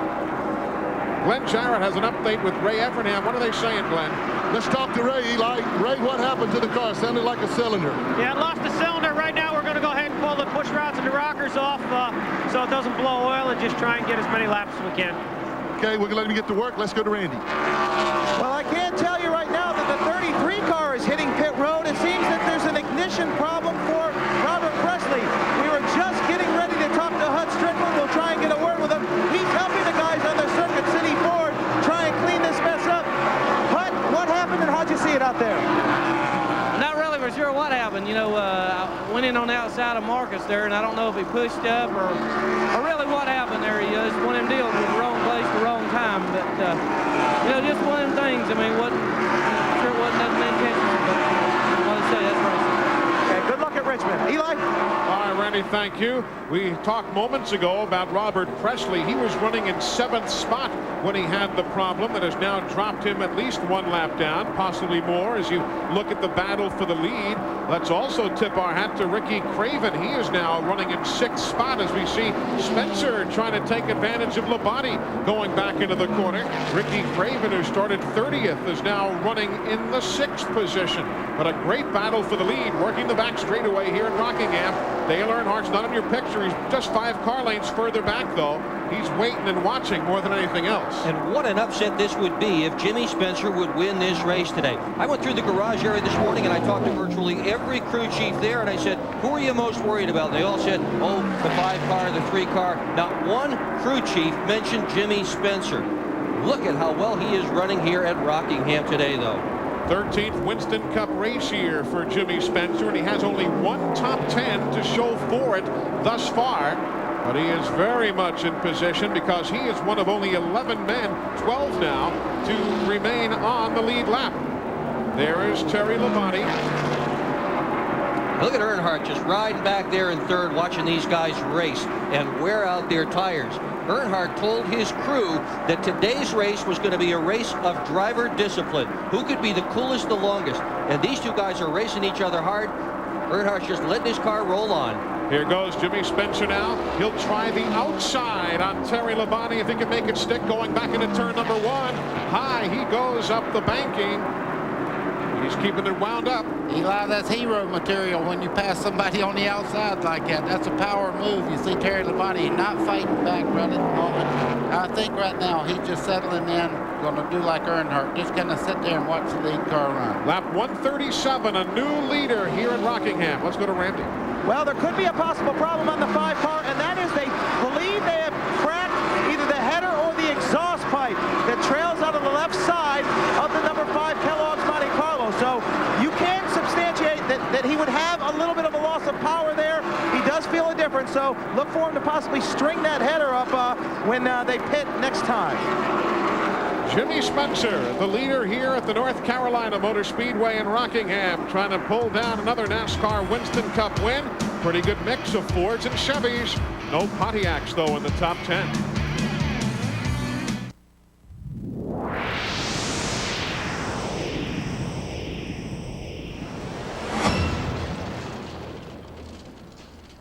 That is where we are, Rockingham. That is where Todd Bodine is in the pit area after a big plume of smoke came out from behind his brother's QVC car. Todd is in for Jeff. The 800 number still open if you'd like to send a question to us here, a thought, a comment. 1-800-451-7331. Never did finish Amanda's question earlier. Every time we open our mouth, somebody went into the wall. She wanted to know, how do you score a car if there's an accident on the back straightaway? Who finishes where? Well, the scoring reverts back to the last completed green flag lap.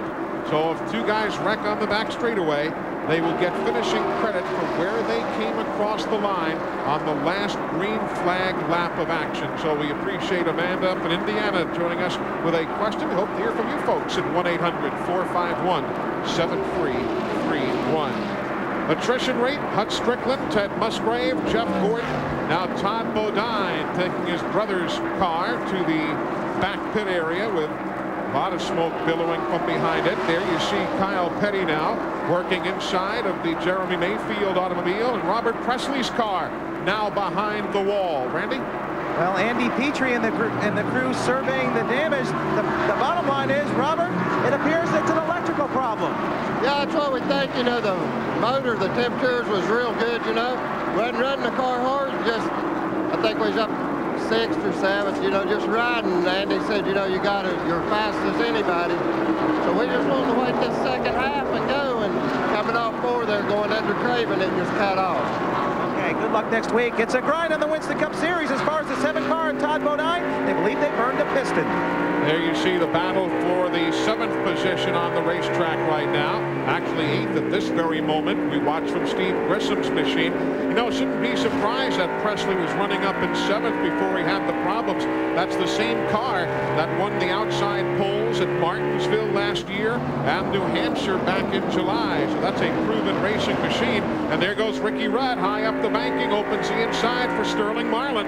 So swap them around, give Sterling the 8th spot, and Ricky Rudd backslides to 9th. Steve Grissom in the Cartoon Network machine. He is being shown in the 10th spot. Kenny Wallace and Bobby Hamilton, the other 2 cars on the lead lap in 11th and 12th. We have had just 3 caution periods here this afternoon. As you see, the 5-car Terry Labonte, the 3-car Dale Earnhardt running in 2nd and 3rd, and Glenn Jarrett is with Terry Labonte's crew chief. Well, let's ask Gary Dehart. Gary, we reported a little while ago you had a vibration. Has it gotten any worse? Has it stabilized? What's the story? Yeah, right now it's about the same as it was. It may be just a tire out of balance. We could have threw a weight or anything off of it. I hope that's what it is anyway. Terry had to give up the lead dispenser. Is the car working as well as it was?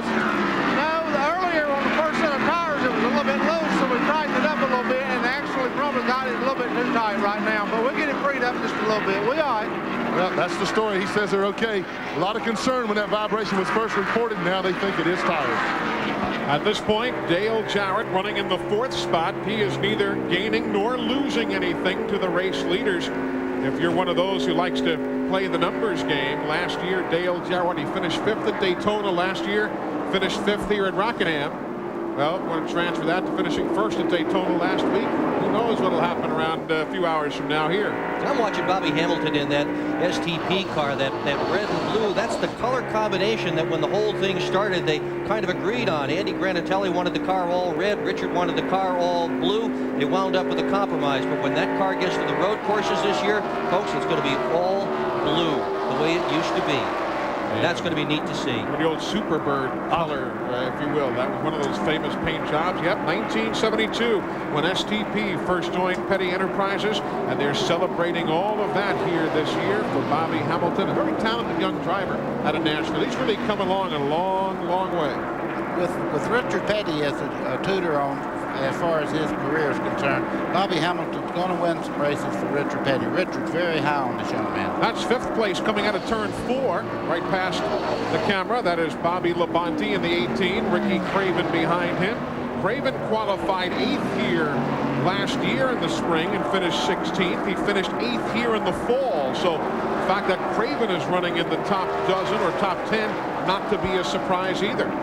And he led some laps last week in the Daytona 500. He is off to a terrific start in 1996. Finished 3rd yesterday in the Grand National race after a stirring run. He was one of the few people who could do anything with Mark Martin all day. Craven in the number 41.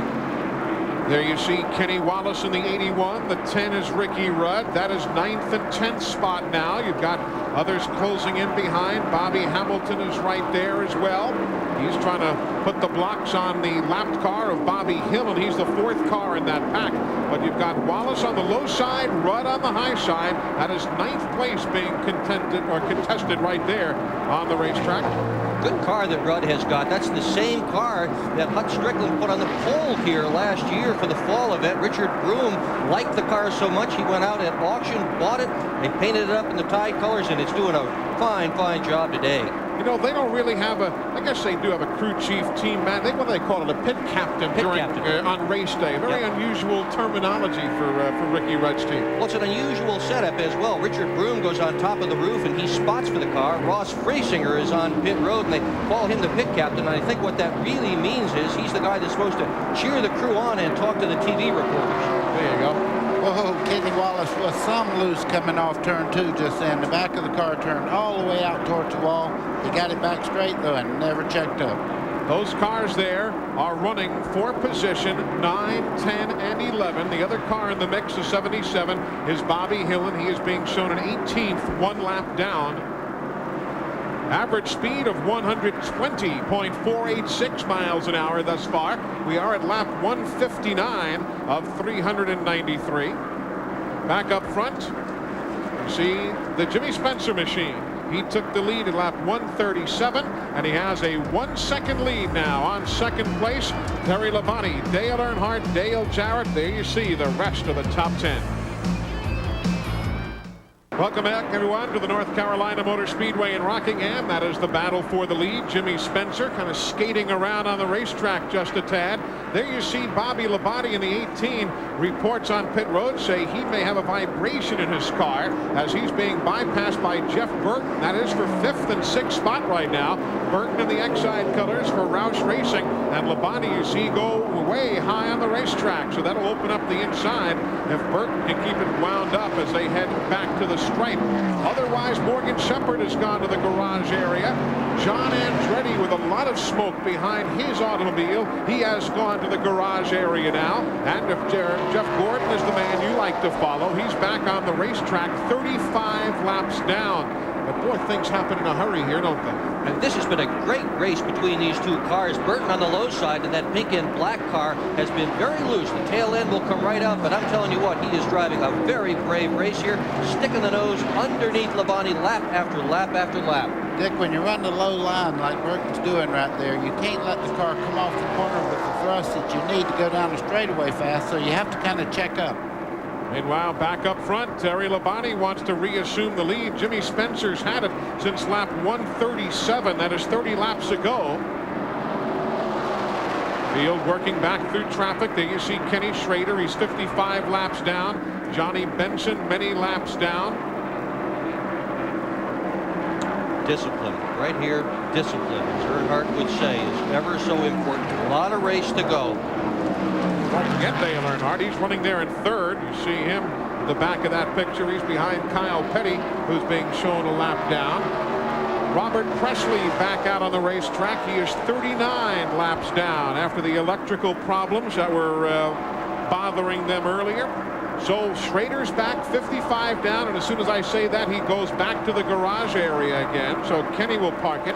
Brett Bodine is 21 down. Jeff Gordon 35 in arrears. Robert Presley 39 back. You know, if I were Kenny Schrader, I'd really think about running that car again. If you watched the race in Atlanta last fall and saw Kenny Schrader in the garage work on the engine, bring it back on the racetrack, in the garage work on the engine, this is the same car. He's having the same kind of day today, but this time with brake problems.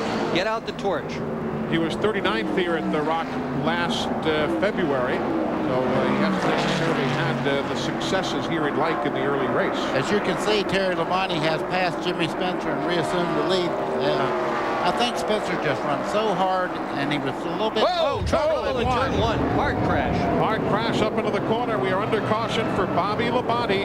Remember, we had said earlier that he was reporting a possible vibration in the car. He was running in 5th as he goes up into the wall, and we are under caution here on the Speedway. So caution, and that too is Loy Allen's automobile involved with an accident as well. So caution here at the Rock.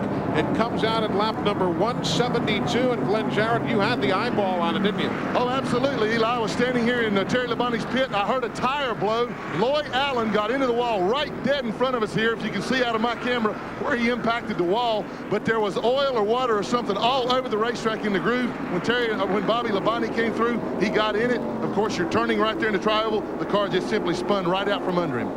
Man, oh man. So it happens, and rarely do you see single car incidents, more so at some tracks than others, but let's get a look at it again.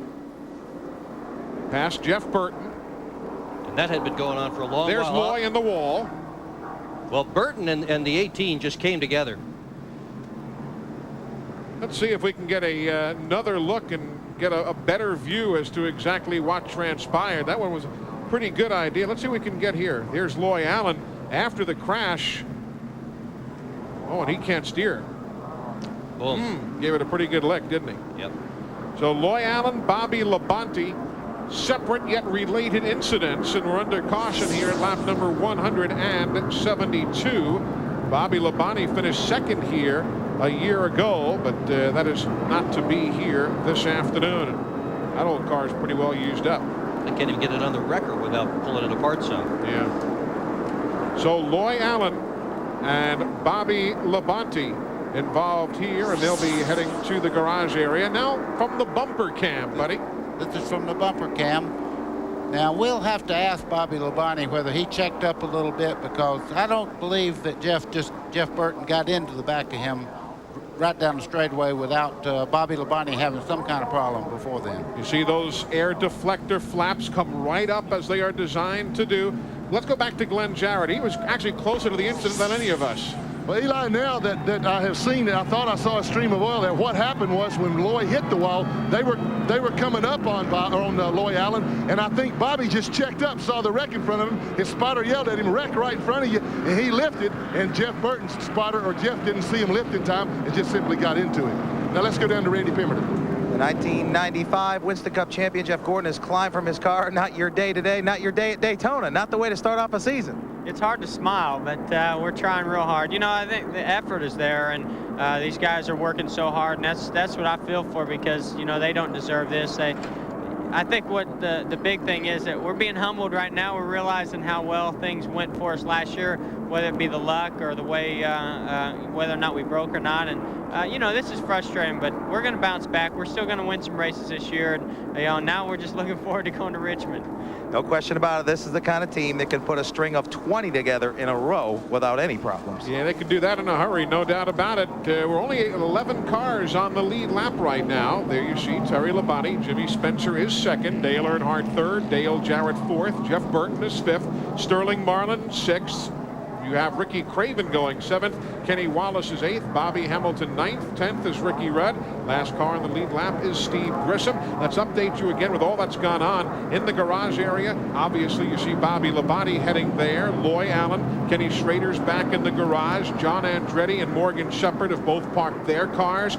Todd Bodine with a problem earlier. Accidents taking Hut Strickland and Ted Musgrave from the race. Jeff Gordon is now done for the afternoon. So it's been a rather high attrition rate here in the early to mid stages of this Goodwrench 400. Some of those cars may come back out onto the racetrack again, but you're right, Eli. This thing has been problems. Both engines and crashes today have taken a lot of people into the garage area. Even brakes was the case with Schrader. No problems here. Yeah, Terry's been strong all day long. Labonte led the first 88 laps and led from lap 90 through 136. He is back atop the leaderboard here at Rockingham. Today's exclusive TNN coverage of the Goodwrench 400 is brought to you by Napa Auto Parts. At Napa, we keep America running. And by Skin Bracer Aftershave. More than a great scent by Menon. Terry Labonte continues to lead. How close? You wonder how we get the great pictures we're getting. Well, that is one of the TNN cameras right there. And you see where the impact was on the wall from that last accident. That is an unmanned camera. The fellows who were there on the still store cameras, but there's the operator of our remote camera. He is well behind the safety of the catch fence, but you see the remote camera that is being worked by the wonders of a joystick from just a few feet away, but from the safety behind the catch fence. We are under caution if you're just tuning in. 4 caution flags this afternoon. We're here at lap number 178. Don't forget, folks, Opryland USA, the official destination of NASCAR. For more information on Opryland USA, call 615-889-6611. Monday through Friday, they are open. If you've not been to Opryland, you need to take the family and enjoy it. It's a great, great time, and the Gold family can vouch for that, I promise you. You see the 88 car running the bottom part of the racetrack. I understand he's worried about running out of fuel. Let's go to Randy. You are exactly right, buddy. There have been a couple of guys that are concerned about it. Earnhardt has taken a dip down, too, going down the front stretch. There goes the 88 on the bottom. Pit road still closed. They've got to get pit road opened up pretty quick. DJ is worried about fuel. He is slowing going into 1. He was in at lap number 86 for fuel. Dale Earnhardt came in 2 laps later at lap number 88. And right now they are looking, NASCAR is, at the integrity of some of the walls out there. We saw where Loy Allen impacted the wall and all. And NASCAR is not going to put this race back under green until they are sure that everything out there is in safe condition. They, of course, have the care unit out there. Loy Allen was involved along with Bobby Labonte, and NASCAR obviously taking a long, hard look at all of the safety out on the back straightaway, checking to make sure all the drivers are okay. And the field now is being brought virtually to a crawl by Elmo Langley, who drives the Pontiac safety car. All the attention being riveted to the Loy Allen automobile at this stage of the afternoon. Red flag now going in the air, as Doyle Ford will signal the red flag.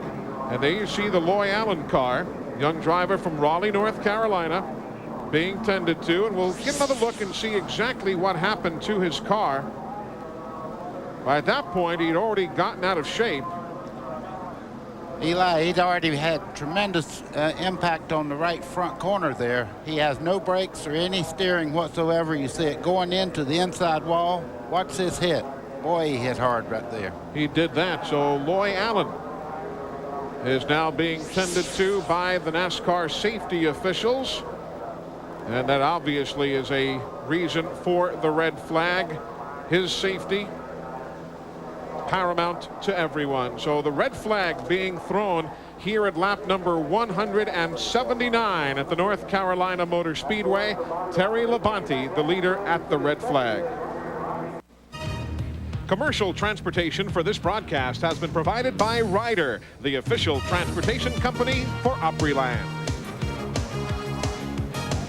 Back with you at the North Carolina Motor Speedway, where Terry Labonte has led all but 34 laps here this afternoon. And obviously the cars have been stopped, a red flag condition here at lap number 179 for an incident that brought out the 4th caution of the day. It's a twofold situation that's unfolding on the back straightaway. Matter of fact, Bill France Jr., the president of NASCAR, just stepped into the booth moments ago, and he's saying, obviously, number one, we have to tend to the welfare of Loy Allen. His car is still there, surrounded by all the safety crew members. And number two, he said, we cannot open, speaking for NASCAR, he said we cannot open the front pit road, which obviously is totally unencumbered. There's no problem there. But he said we can't open the front pit road because you see there, you can't come down the back pit lane. And there are some significant race cars that are pitting on the back stretch. You have dual pit roads here, and obviously you can see that the entire entrance to that back pit lane is blocked, and there's no way you can have 30 guys pit and penalize the other dozen who can't get to their pit stalls. So twofold concern, number one for Loy Allen, and number two for the lack of access to the back pit road. If you're just tuning in, here's what happened in the incident. Not so much to Loy, we saw that earlier, but here's what happened to Bobby Labonte at lap number 172 as he was going past Jeff Burton there and heading up towards the corner. There's Loy, top of your screen. He's already in the wall, and there Bobby Labonte has the car get away, and up the banking he goes in close quarters racing with Jeff Burton right behind him. Let's get the word from Bobby Labonte. He's in the garage area. Well, Bobby Labonte absolutely is just distraught over losing this race car here today. The crew is working on it. It's a delicate situation to get these drivers when they wreck. We try to respect them as best we can. He had some local reporters here that he didn't exactly agree with their questioning of him a few moments ago. So Bobby Labonte has taken a little walk to take a few breaths and gain his composure. We'll try to get back up with him as they attempt to fix the interstate batteries machine back here in the garage area. All right, Randy, thanks a lot. Everybody's still waiting on the disposition of Loy Allen, and he is being tended to while we watch Bobby Labonte's car. Loy being tended to at the end of the pit lane on the back straightaway. 29-year-old from Raleigh, North Carolina, and there you see Loy Allen's car. They have to really work hard to get him from the machine. But that's always the first concern around here. Sure. Always, always. Nothing matters more than the drivers. There he is on a stretcher, obviously. You see the stretcher being rolled to the ambulance, and Loy will be taken either to the infield care center or to potentially another medical facility here in the Sand Hills region. And certainly we'll get an update from the guys on pit road here as quickly as possible. But Loy Allen and Bobby Labonte in the garage area. Obviously Loy not to return. Bobby Labonte's bunch still looking at the Interstate Batteries Chevrolet. Under red flag conditions, we are at lap number 179 of 393 here in Rockingham. Terry Labonte leads under the red.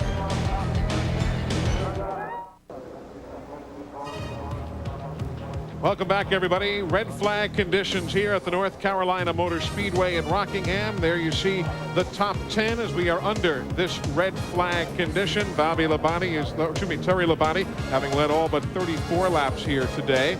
Some cars having some pretty decent runs, but they're actually all being overshadowed by the superb run by Terry Labonte, Jimmy Spencer. Dale Earnhardt is third.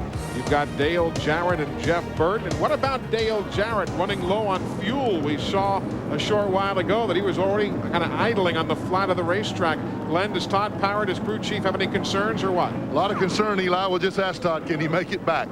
Yeah, things running right now. If it come in right this time, we can make it. Well, it's really kind of a blessing if we're going to have to stay out there that they stop the cars, because you guys would have probably run out in a lap or two, right? Oh, yes. Good thing they did stop them, or we would have run out of gas. We'd had to come in, get fuel, and gone to the tail end of the longest line. That'd been a shame because we got a good race car, and we need to stay up front. Car looked like it was a little bit tight to begin with. How is it now? Still just a little bit tight. We're going to free it up a little bit this time. All right, well, they're getting ready. They're hoping they're going to turn them loose. They definitely need gas. So the caution flag is flying again. For those of you not familiar with the rules of NASCAR Winston Cup racing, you can do no work on your car at all when the red flag is being displayed. Well, Jimmy Spencer has just come into the pit area, and the flag is waving that says it is closed. Boy, that's a huge mistake on Jimmy Spencer's part right there. Let's go to Randy.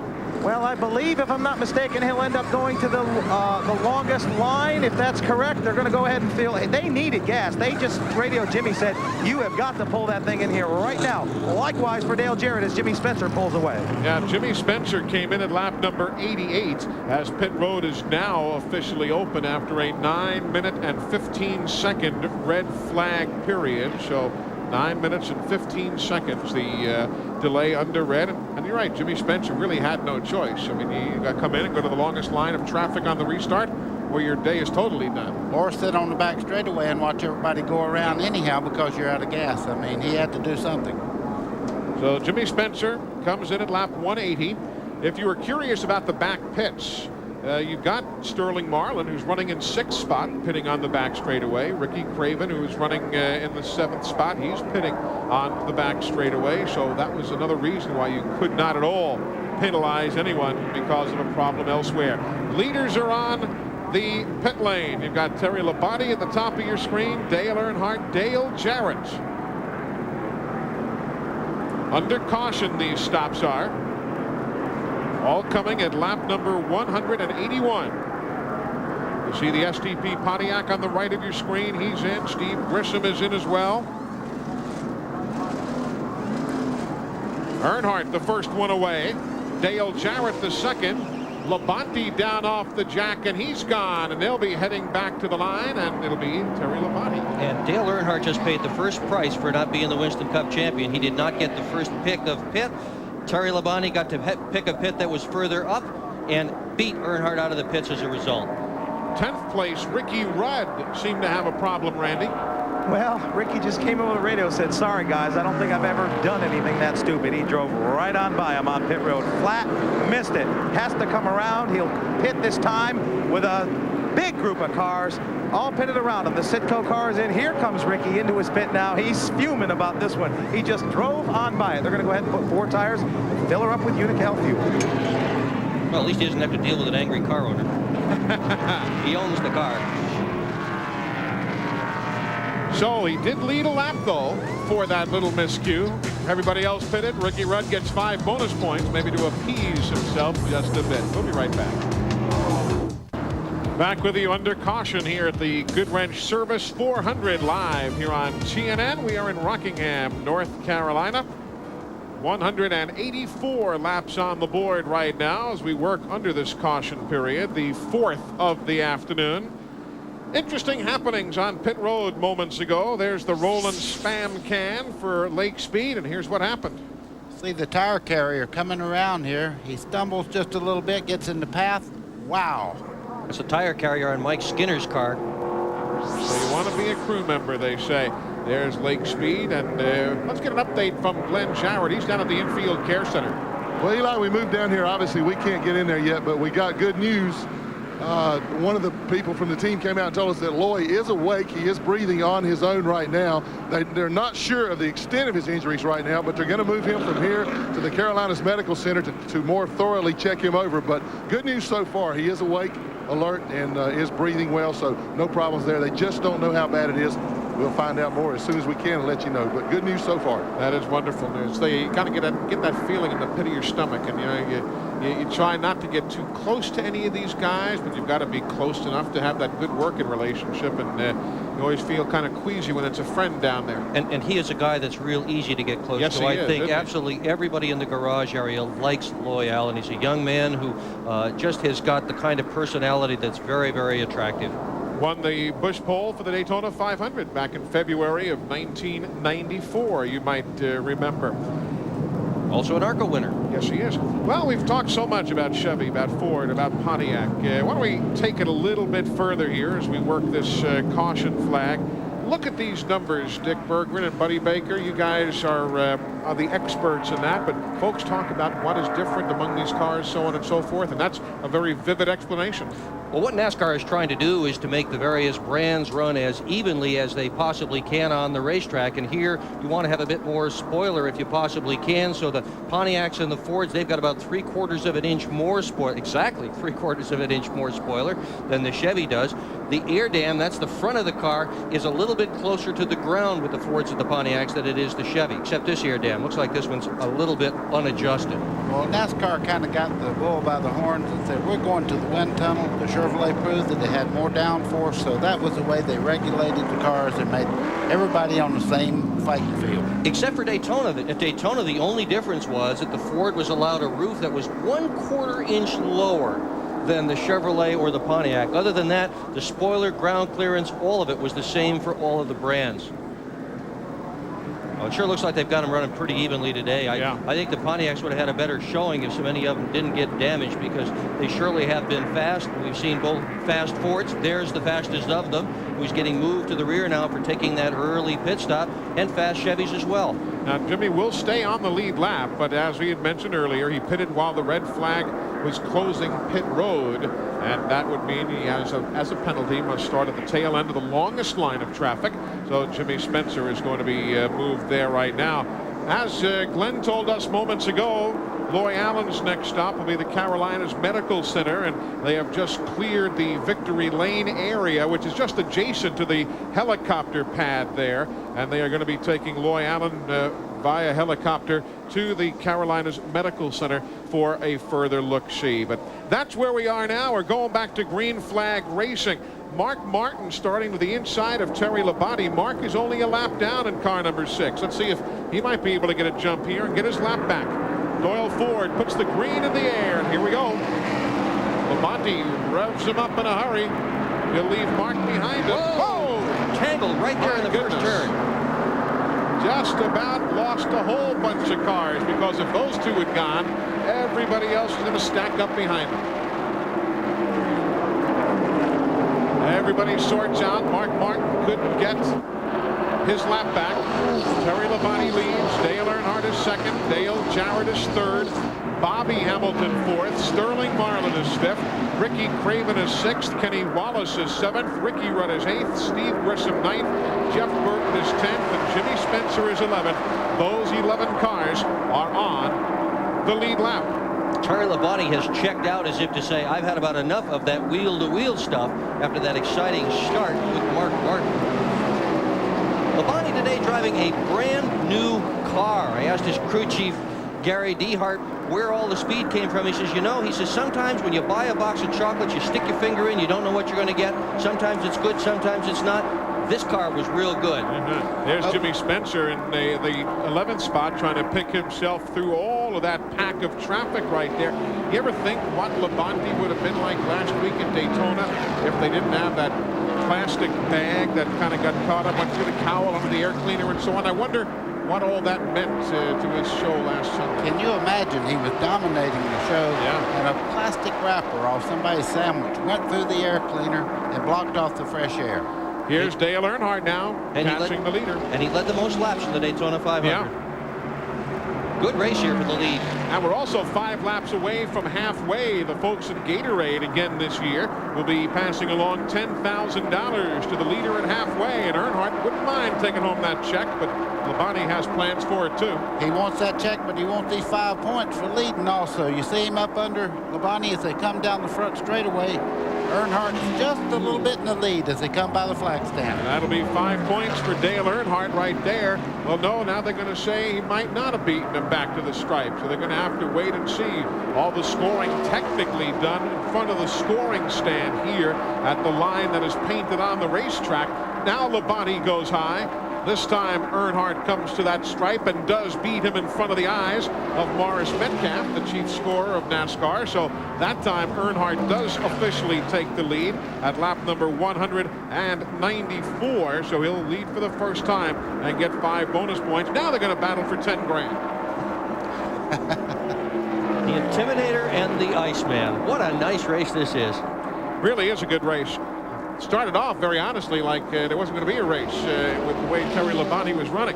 And look at Bobby Hamilton running in 3rd spot. He and Dale Jarrett looked like Bobby Hamilton almost bottomed out there just a bit. Well, this same car last year, before they put the new body on it and all, they built a car especially for the mile tracks. Richard Petty did. And you see Bobby Hamilton now. He's been very quiet at this point, but he's moved steadily up through the field, now running 3rd. Mark Martin, the 3rd car in your picture there. He is a lap down in 12th. There's Jimmy Spencer working to the inside of Kenny Wallace. He's already up to 8th now, Spencer is. Wallace also on the lead lap, as the leaders now will come down towards 3 and 4. This is for $10,000 coming to the crossed flags this time. And this will be scored at start-finish. Here they come to the halfway point. It'll be Terry Labonte by inches that time, as he came to the stripe here at the start-finish line. Terry Labonte was definitely in the lead when they went by the flag stand. Oh, he had a good couple inches on him. Well, here they came to the stripe, and $10,000 as the crossed flags are out for the race leaders. 197 in the books as we head now on the downhill slide towards 393. I'm afraid the second half of this race is going to be a dandy. Front this two there. This battle is a dandy. Yeah. Working up towards turns 3 and 4. You know, people talk about marketing as being the reason folks are in the grandstands at Winston Cup. This is the reason folks are in the grandstand at Winston Cup. From 2nd place Earnhardt to 3rd place Dale Jarrett, 1 2/10 seconds now. Average speed 102.489 miles an hour. There is Dale Jarrett, winner of the Daytona 500 a weekend ago, winner of the Busch Clash 2 weeks ago today. Whatever they did to the 88 car on that stop, he is a rocket ship. He passed Bobby Hamilton just a few laps back, and look what lead he has already over these guys, and he is running the lead cars down as we speak. Well, Todd Parrott, his crew chief, has got probably the best record of any crew chief in Winston Cup. He has won 1/3 of his starts, 1/3 of them. Here now is Jimmy Spencer as Ted Musgrave returns from the garage area. He was involved in an accident earlier today, if you're just joining us, at lap number 108, and he is now back on the racetrack. Think I got to tell anybody that Todd Parrott has done 3 Winston Cup races and won 1? Well, it might be worthy of a mention. It seems fair. Ted Musgrave is 74 laps in arrears. For the race fans that want to see sheer brute force, look at the 23 of Jimmy Spencer. He's dicing through these cars. He's going right back to the front. What a great drive by Jimmy Spencer. Meanwhile, on the racetrack, the racing action overhead, that helicopter carrying Loy Allen Jr. to the Carolinas Medical Center. You heard the update from Glenn Jarrett a short while ago. He is complaining of a shoulder injury, we are told, but Loy is awake and alert, and certainly that's the best news of the day. There are the mid-race numbers, and this mid-race report brought to you by Splitfire. Enter the performance zone with Splitfire Performance V spark plugs. Most of the story, Terry Labonte. Look at that. I'm waiting to see old Spencer get to the front again. That's going to be good. Well, if you can hold your breath long enough, he's on his way. I tell you, he's driving that car just like on a half-mile dirt. I've seen him cross it up 2 or 3 times, but that don't seem to bother Spencer at all. He's like Dale Earnhardt. He can do a lot with the loose car. He drives the wheels off of it every lap. 204 laps on the board right now as this field now gets back to some big-time racing. We look at it from the windshield of Steve Grissom's car. We're coming right back.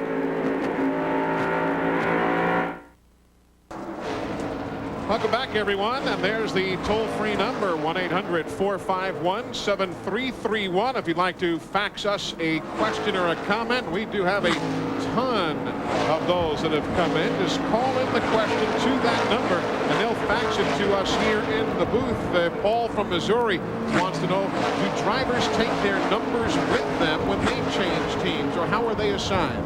Normally, the car owner buys the number, just like Richard Petty will be 43 as long as he wants that number. He just buys it back every year. Jack and Josh sent a question in there in Georgia. Want to know, can race teams reuse tires after they've taken them off the car and they cool down? Is there any benefit to reusing them again? If you want to go to the last place, that's the way to do it. Put an old tire on there and everybody else puts new tires on. They grip so much better with fresh rubber. Once you heat them up, they harden up. The only time we ever saw that was in the days of the tire wars, when the tires were too soft, really, for some of the racetracks, and periodically they would recycle tires, but you don't see that anymore. Tim questioned us from Ontario, the province of Ontario, Canada. Why don't they have a way for drivers to make chassis adjustments themselves from inside the race car? And certainly the technology is there, Dick, but that's a dollar figure to start dealing with, too. Well, it's a dollar figure, and I think it's also a concentration figure, Eli. If you're running as close as Winston Cup cars run to each other, you really want to have the driver paying attention to where he's going rather than adjusting anti-roll bars or brake balance or any of that kind of stuff. Great battle now for 4th spot. That is Ricky Craven in the 41, Bobby Hamilton in the 43, and give Craven the spot. Couple of the young Lions as we take you all the way back through the field so you know where your favorite is running. This field update brought to you by Napa Auto Parts. At Napa, we keep America running. Pretty good run till you see only 11 cars on the lead lap. Jimmy Spencer. Oh, trouble's on the way. Bobby Hamilton and them better get going, because I tell you, Jimmy Spencer is not saving any part of this race car. He's running like there's 10 laps to go. He was 5.8 seconds back at the last time by. He has cut about a second off in 5 laps or so. I mean, he has really been making a move in a hurry. Buddy, aren't you a little surprised that he's able to go this well, that he hasn't burned his tires up already? Jimmy Spencer can drive that thing without tires, I think. He's a pretty strong lad. I guarantee you, he's giving her a ride. As we speak, he's going by Bobby Hamilton down into turn 1. They go on the low side of the racetrack. Hamilton gives room. That'll be 5th place changing hands. If you're a Robert Presley fan, he is on his own pit stop schedule because of the electrical problems he had earlier. He's on pit road now at lap number 217. Meanwhile, Terry Labonte still shows the way. He has led much of this afternoon. Let's get an update from pit road. Well, Eli, we just monitored Dale Earnhardt's radio conversation, and he's telling his crew chief that he's getting a little water off the number 5 car. Says it's pushing a little water out. I asked Gary Dehart, chief mechanic about it. He says, no, we're not having any problems. So maybe Earnhardt just wanted NASCAR to hear it like we're hearing it, just to alert them to the fact that nothing's really going on. I saw something before the race today I've never seen before. I saw Dale Earnhardt ask Martina McBride for an autograph. I've never seen Earnhardt ask anybody for that. Just proves he's a smart man. There you see the 41 of Ricky Craven, the 23 of Spencer, 4th and 5th spot. We saw Bobby Hamilton before. There you see Bobby, the 43, with the paint job of the old STP Dodge that he has on his Pontiac here. We got a question that was faxed to us. Kenneth in Mississippi wants to know, you're talking so much about that old Dodge paint job. When will Dodge get back in Winston Cup racing as we watch Spencer and Craven? Dick Berger, what are you hearing? Now, you got your ear to the ground. They're in the NASCAR Craftsman Truck Series. Any rumbles from the Mopar folks? None whatsoever. No, they don't seem to have the same kind of enthusiasm that Ford and Chevrolet have. We'll see what happens in the showroom on Monday morning. Yeah, well, we'll certainly be talking about some Mopar products when we join you from Homestead, Florida later this season, actually next month, with the season opener for the NASCAR Craftsman Truck Series. Well, there is some factory support in the truck division. Yeah, they're in the trucks, but they just don't seem to want to do it with the cars. They seem to have more interest in overseas open wheel racing. I was watching Bobby Hamilton just a second ago when Jimmy Spencer went by. He changed his line from middle part of the racetrack to way up high. Now he's, of course, when I talk about it, he runs white line all the way around. He gets by Ricky Craven, but he did turn up the wick just a little bit, and he's trying to go with Spencer towards the front. It's kind of like your tooth never hurts when you go to the dentist or something like that, isn't there? Let's take a look at Terry Labonte there. He goes back around the racetrack. Looked like he picked up a piece of debris or something. You see that low side of the car there? Yep. Looks like he had a piece of debris. Spencer had, Randy Pemberton was telling us a bit earlier that here's Jimmy Spencer had a piece of debris on his car, and it got blown off. Can that little piece of debris make a car this technologically advanced run hot? It could very easily make it run hot. I hate to say this. I just seen some water out of the right rear corner of that car as he started in the corner. We sure did. There's that piece of paper on the air dam, and we saw a little water coming out of the overflow, which is out the back of these cars as the car goes. My goodness. Plastic bag last week, piece of napkin here or something today. This one's not over, folks. Stick around. I believe we're going to have some drama before this one's over. Lap 224 on the board. Terry Labonte, complete with paper, is the leader. Welcome back, everyone. Live at the North Carolina Motor Speedway in Rockingham. Eli Gold, Dick Berggren, Buddy Baker, Randy Pemberton, and Glenn Jarrett with you from the Rock. Terry Labonte is the race leader. That is he in car number 5, making his 508th consecutive start here today. The record 513 held by Richard Petty. So Terry, with no problems, would break Richard Petty's mark when we all head to Martinsville on April the 21st. But he's not worried about that right now. He was worried about a potential problem on the race car that might have just blown away. Glenn Jarrett, let's see. Did you notice that piece of paper still on Labonte's car? Well, I hope the way he comes back around, Eli. You know, so far Terry Labonte has blown the competition away here today, leading 193, now 194 laps that we've run. Of course, last week he had a piece blow in the carburetor. This week blows on the front of the car, heating it up. Gary Dehart has seen it. Gary, how bad's that heat problem now? Well, right now it's getting pretty bad. 240, we're going to pit here in a few minutes, put water in it. We've got crash all over the grill. It looks like now when he just came by, it was gone. The piece was gone. Yeah, but we're out of water. We need to put water in. He's coming in right now. We'll get out of the way. Tough break. Glenn, we were talking amongst ourselves here that could you believe if they had a problem like this after Daytona? We said, well, he's probably going to slit his wrist. What did he say to you down on pit road? Right before he had to run out of his way, Eli, he said, man, if this costs us another race, I'm just going to shoot myself. They are really despondent down here, and you can't blame them. Obviously, he has got the dominant car. I can't believe for 2 weeks in a row that blown trash has cost him problems. Here comes Terry Labonte now. He slows off the racetrack. He'll come down pit road. The Wood brothers have Michael Waltrip on pit road also. The hood will go up on Waltrip's car. But here comes Terry Labonte. He will yield the lead with an overheating problem at lap 235. Let's go back and watch this bit of precision work, but it is a heartbreaker nevertheless. No debris is showing on the grill, and they're not even working on the grill. They're working on the engine. That hose is to inject water under high pressure. They'll try to keep the engine running so they can get that water in. Now they're starting to clean off the lower part of the grill. What a heartbreaker. Terry Labonte absolutely dominated this race until this.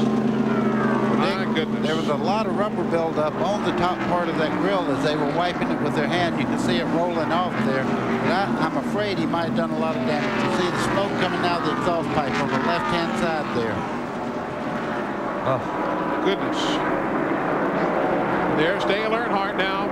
He has taken over the lead. Jimmy Spencer now in the second spot. Randy's been watching from Earnhardt's pit. Well, the 5 car has just now confirmed engine gone on Terry Labonte. So the Hendrick guys really having a tough day. Dale Earnhardt's going to cruise from here on in, see if he can win this race, come out of here with the points lead. Earnhardt's crew was constantly chattering back and forth when Labonte was pushing water out. They kept saying, he's not going to make it. He's not going to make it. Randy, is he going to make it? He's not going to make it, they kept saying. So they were pulling for him, if you know what I mean. And that really is what goes on down on pit road. A lot of everybody knows everybody.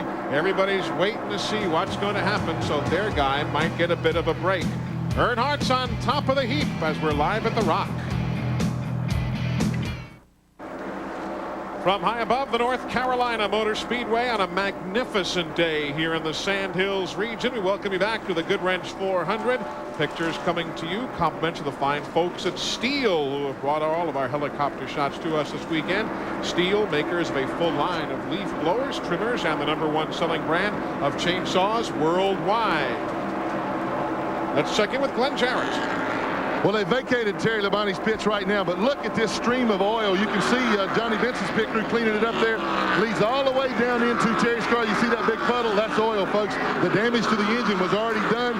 He had already pegged the needle. It was out of water the last 2 laps, so whatever problems he has are terminal. Right now, I'm going to go try to find the gun because Gary Dehart's looking for it. I don't want him to have to use it. Man, I can't believe the bad luck these guys are having. It is unbelievable as Dale Earnhardt continues to lead.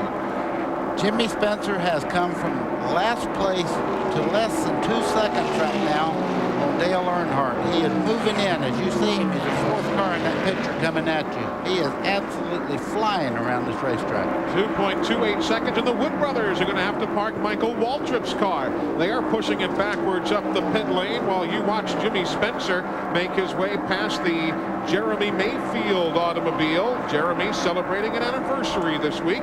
He and his wife Christina celebrated their 3rd wedding anniversary last Tuesday. Jimmy is motoring to the front again, but Michael Waltrip now gone to the garage area.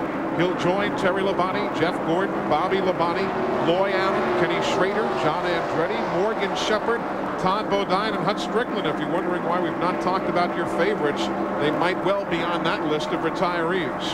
You can see just a second ago Jimmy Spencer there. Bobby Hamilton is going right in his tire tracks, and he's picked his speed up.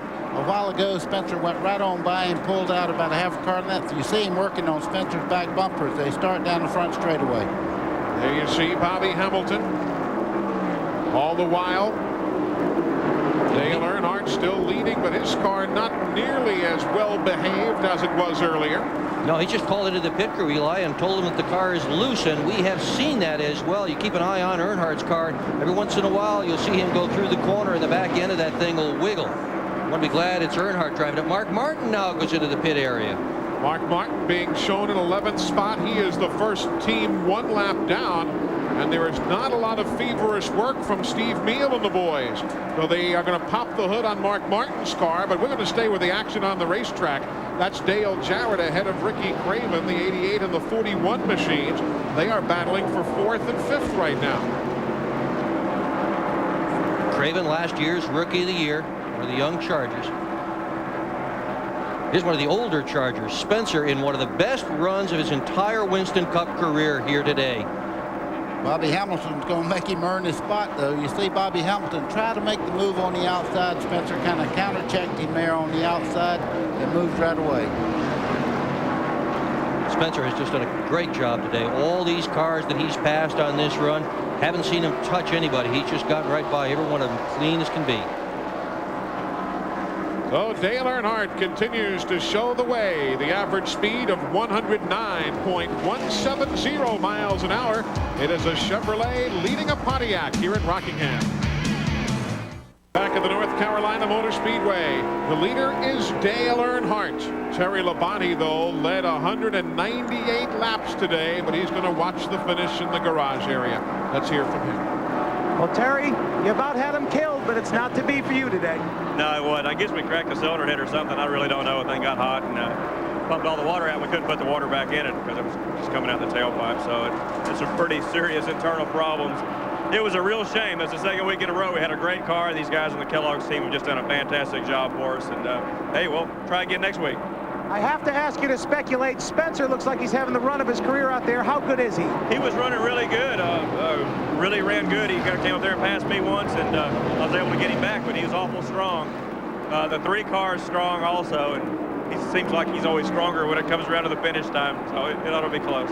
Hey, good luck next week. You talk about Dale Earnhardt being strong. Right now, he's only a second away from putting the 9th place runner, Jeff Burton, a lap down. And as far as Spencer, you guys were guessing he might have used up his tires. He has gone from 2.2 seconds behind Earnhardt to now nearly 5 seconds behind Earnhardt. And I think it's not so much Dale speeding up, but rather the other. And he's also lost a spot to the 43, Bobby Hamilton. I mean, it just takes a lot out of a race car to run through the field the way Spencer had to run through the field. And he really had no choice. He had to do just that in order to get back up with the lead group after having taken that pit stop earlier. Around Brett Bodine, he had problems earlier. Brett is some 67 laps down, if you're just joining us. Mark Martin has gone to the garage area as now the 9th place man is on pit road. Jeff Burton comes in to make a stop here at lap 261. He couldn't wait any longer, so now only 8 men remain on the lead lap. Dale Earnhardt, it's not all clear sailing, even though you're the leader, buddy. You got to force the issue sometimes. Well, Earnhardt don't wait on much of anybody, and now he's 3 wide coming down the front straightaway. This guy don't wait on anybody. He's racing very hard right now. Rick Mast there, the number 1, had just pitted, and that's the 99 in the middle, Jeff Burton, who he put a lap down. So that's why once Burton lost his lap, he came down the pit lane. Darrell Waltrip is in for service at lap 261. Dale Earnhardt continues to show the way. Only 8 cars on the lead lap.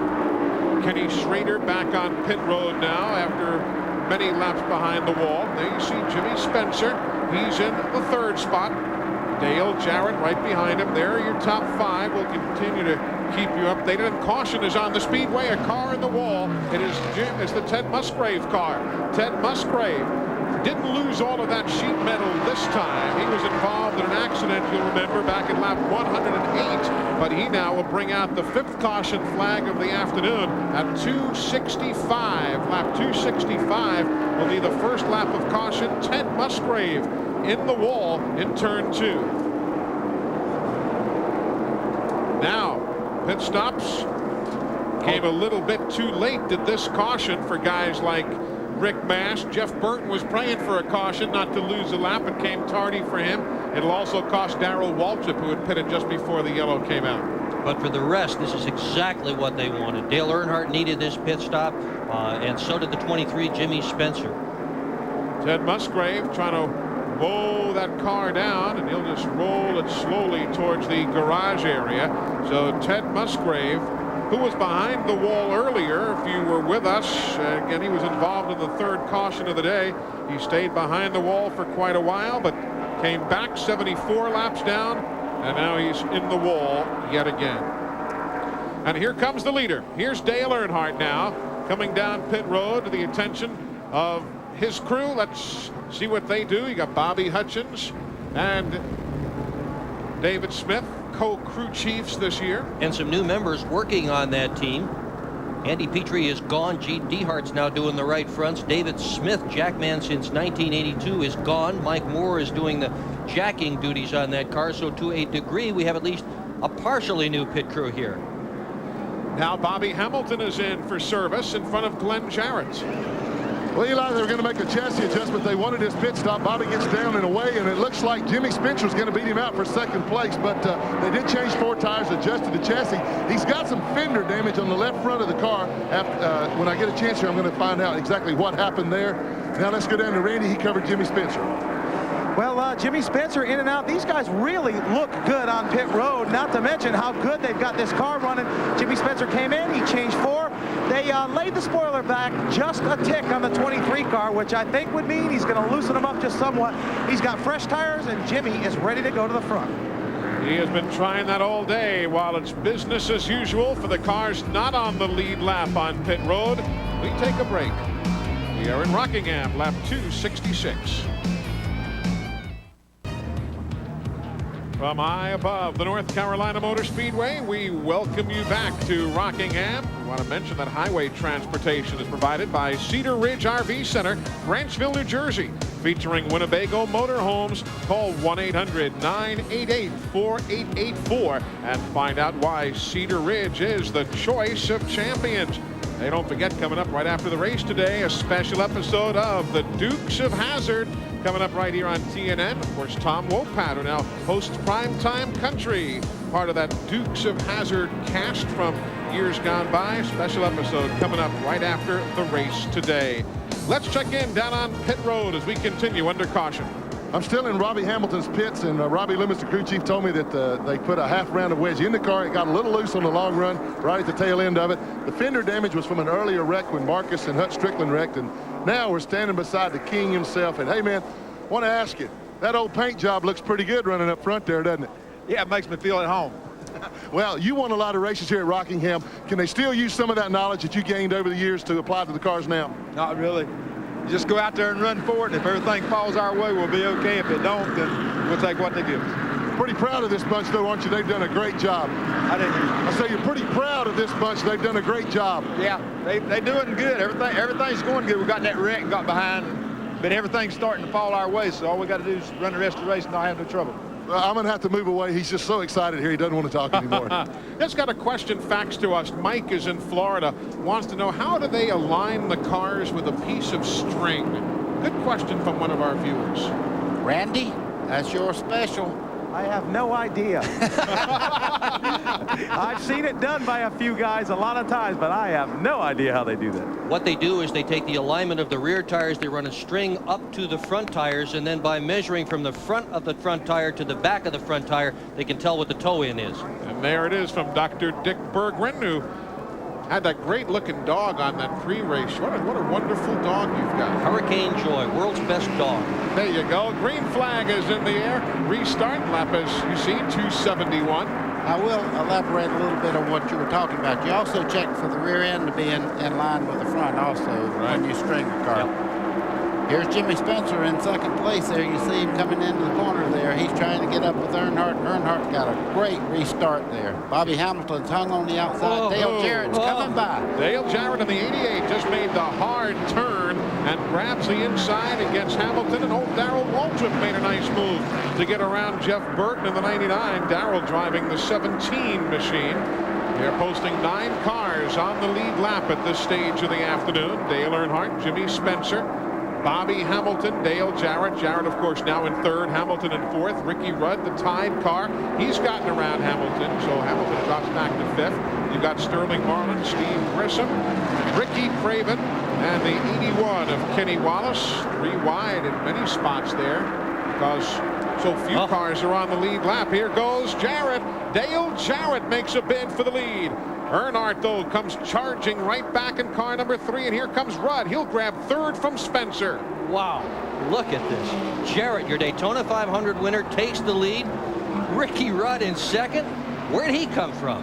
He has just come up out of nowhere. He's just been riding all afternoon long. Dale Jarrett now, the new leader of the Goodwrench 400, takes over here in lap 273 officially. And you know, Dale has only led 3 laps here in Winston Cup competition in 17 previous races. Only had 2 top 10s in those 17. How about this for a turnaround here today? Well, I tell you, for a new race team, this team looks like it's been together for 10 years, and they're out there running right now with some of the best. You see Ricky Rudd going for the lead down into turn 3. Ricky Rudd is a very fine, slick track driver. You see Spencer trying to figure out who he's going to go with. Here comes Rudd to the stripe, and he will take over the top spot here at the Rock. Ricky started 25th, and he's now showing the way. From above on the steel aerial platform, Spencer settles into the second spot now. There goes Earnhardt to reassume a spot against Jarrett. That's the battle for third. Here comes Bobby Hamilton. Here comes Spencer on the outside now. He wants a piece of this thing.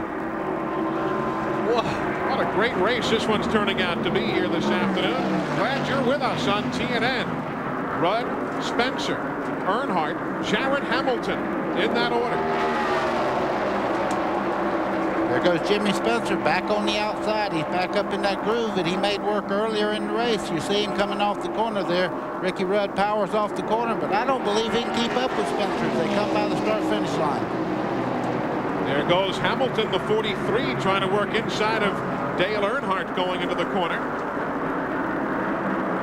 And old DW hanging back there in 5th spot, watching all these guys abuse their tires as they're looking for position. There's Darrell, the 5th car on the racetrack, not being shown on the lead lap at this stage of the afternoon, but it's unfortunate because obviously the Western Autos Parts America car is able to keep up with it. See Bobby Hamilton there moving into second place. Richard Petty said he was just biding his time. Everything went their way. They thought they had a great race car. He's proving them to be right now. Very competitive afternoon. You just saw the numbers. Let's go down to Glenn Jarrett. Well, Dale Earnhardt's crew chief David Smith told me that Dale hadn't said anything since the green flag fell again, but they were a little bit loose. They adjusted at that time, so maybe Dale's just settling in, getting away from the use of the car and drives. A lot of guys wanted to lead a lap there. There's no point in fighting them right now. There's still a long, long way to go in this race. They feel confident he can stay right there to the end. We are at lap 279 of 393, so as Glenn says, we still are quite a ways from conclusion. Bobby Hamilton in second spot has never won a Winston Cup race, nor has his crew chief, Robbie Loomis. Car owners won a couple of them, about 200 of them. Hamilton did a lot of the testing to help develop this Pontiac. He went to Atlanta last fall and just ran lap after lap after lap, a couple of thousand of them. But nobody took the Pontiac to a racetrack like this. This is the official Pontiac test this afternoon. I'd say it's doing pretty well, Eli. I would think so. This, of course, could be, if Bobby Hamilton gets to the lead, it would be the first time he has led here in his 10 events thus far. But getting to the lead, getting by Jimmy Spencer is a whole different deal. Let's not rush things here. Spencer the leader by 6 car lengths here on lap 282. Welcome back to Rockingham. We've got a lot more racing here, and don't forget, join us tonight at 9 o'clock Eastern Time. The Cash and Carry Grand Prix, SCCA Trans Am Racing from St. Petersburg, Florida. Right here exclusively on TNN Motorsports. It doesn't get any closer. Rick Benjamin will be down there in St. Petersburg with all the doings. That's coming up at 9 Eastern this evening. Jimmy Spencer continues to show the way. Bobby Hamilton in second. Dale Earnhardt, Ricky Rudd, Dale Jarrett. That's your top 5 right now. Sterling Marlin, Steve Grissom, Ricky Craven, Kenny Wallace. The other members of the 9 cars on the lead lap right now. What was it we said about parity earlier in the show? Look what we've got. We got a Chevy. A Ford. Earnhardt Chevrolet. Hamilton's Pontiac. Yeah. They're all there. Got to be some big old smiles in a lot of folks' faces. Pontiac just didn't know, I guess, exactly what they had. Here goes Dale Jarrett. Dale's running a very, if there's such a thing as tire management, look where he's at in this corner. Now that works for him. Other cars can't stay down there. But he seems on long runs to be able to manage his tires and have a little more near the 100-mile mark. The other thing I've been impressed with today, and you see it regularly basically, is that some fellas are a little more difficult to pass on certain racetracks. And these guys have been thinking ahead, not to pass somebody of a particular concern in the turns, but to make a pass here on the straightaway. I can tell you this, passing Jimmy Spencer's like trying to pull a crocodile's tooth. You don't want to do that. You do not tug on Superman's cape. Lap number 291. We have 102 revolutions remaining here at the North Carolina Motor Speedway in Rockingham. Of course, pit stops still are going to have to be name of the game. There you've got the 81. That'll be Kenny Wallace, the 4, Sterling Marlin, as they battle in the top 8 and 9 here this afternoon. Old Kenny, Herman as they call him in the garage area, he's done a heck of a job here this weekend after, you know, didn't come out of Daytona necessarily with the best week he had hoped. He had the problems in the Gatorade 125s down there, but he's done himself awfully proud here this weekend. You know, I guess if all the people in the garage area, if you went to every driver and said, do you like Kenny Wallace? Every single person in there would say, yeah, very much so. He is a tremendous competitor, too. And to be running this well this late in the event, that proves that he's really done his homework and he's got a great race team this year. The 4, Sterling Marlin, around the lapped car of Darrell Waltrip. Old DW is up here in the booth in our coverage of the NASCAR Busch Series race here yesterday. As we ride with Steve Grisham. He's on the lead lap.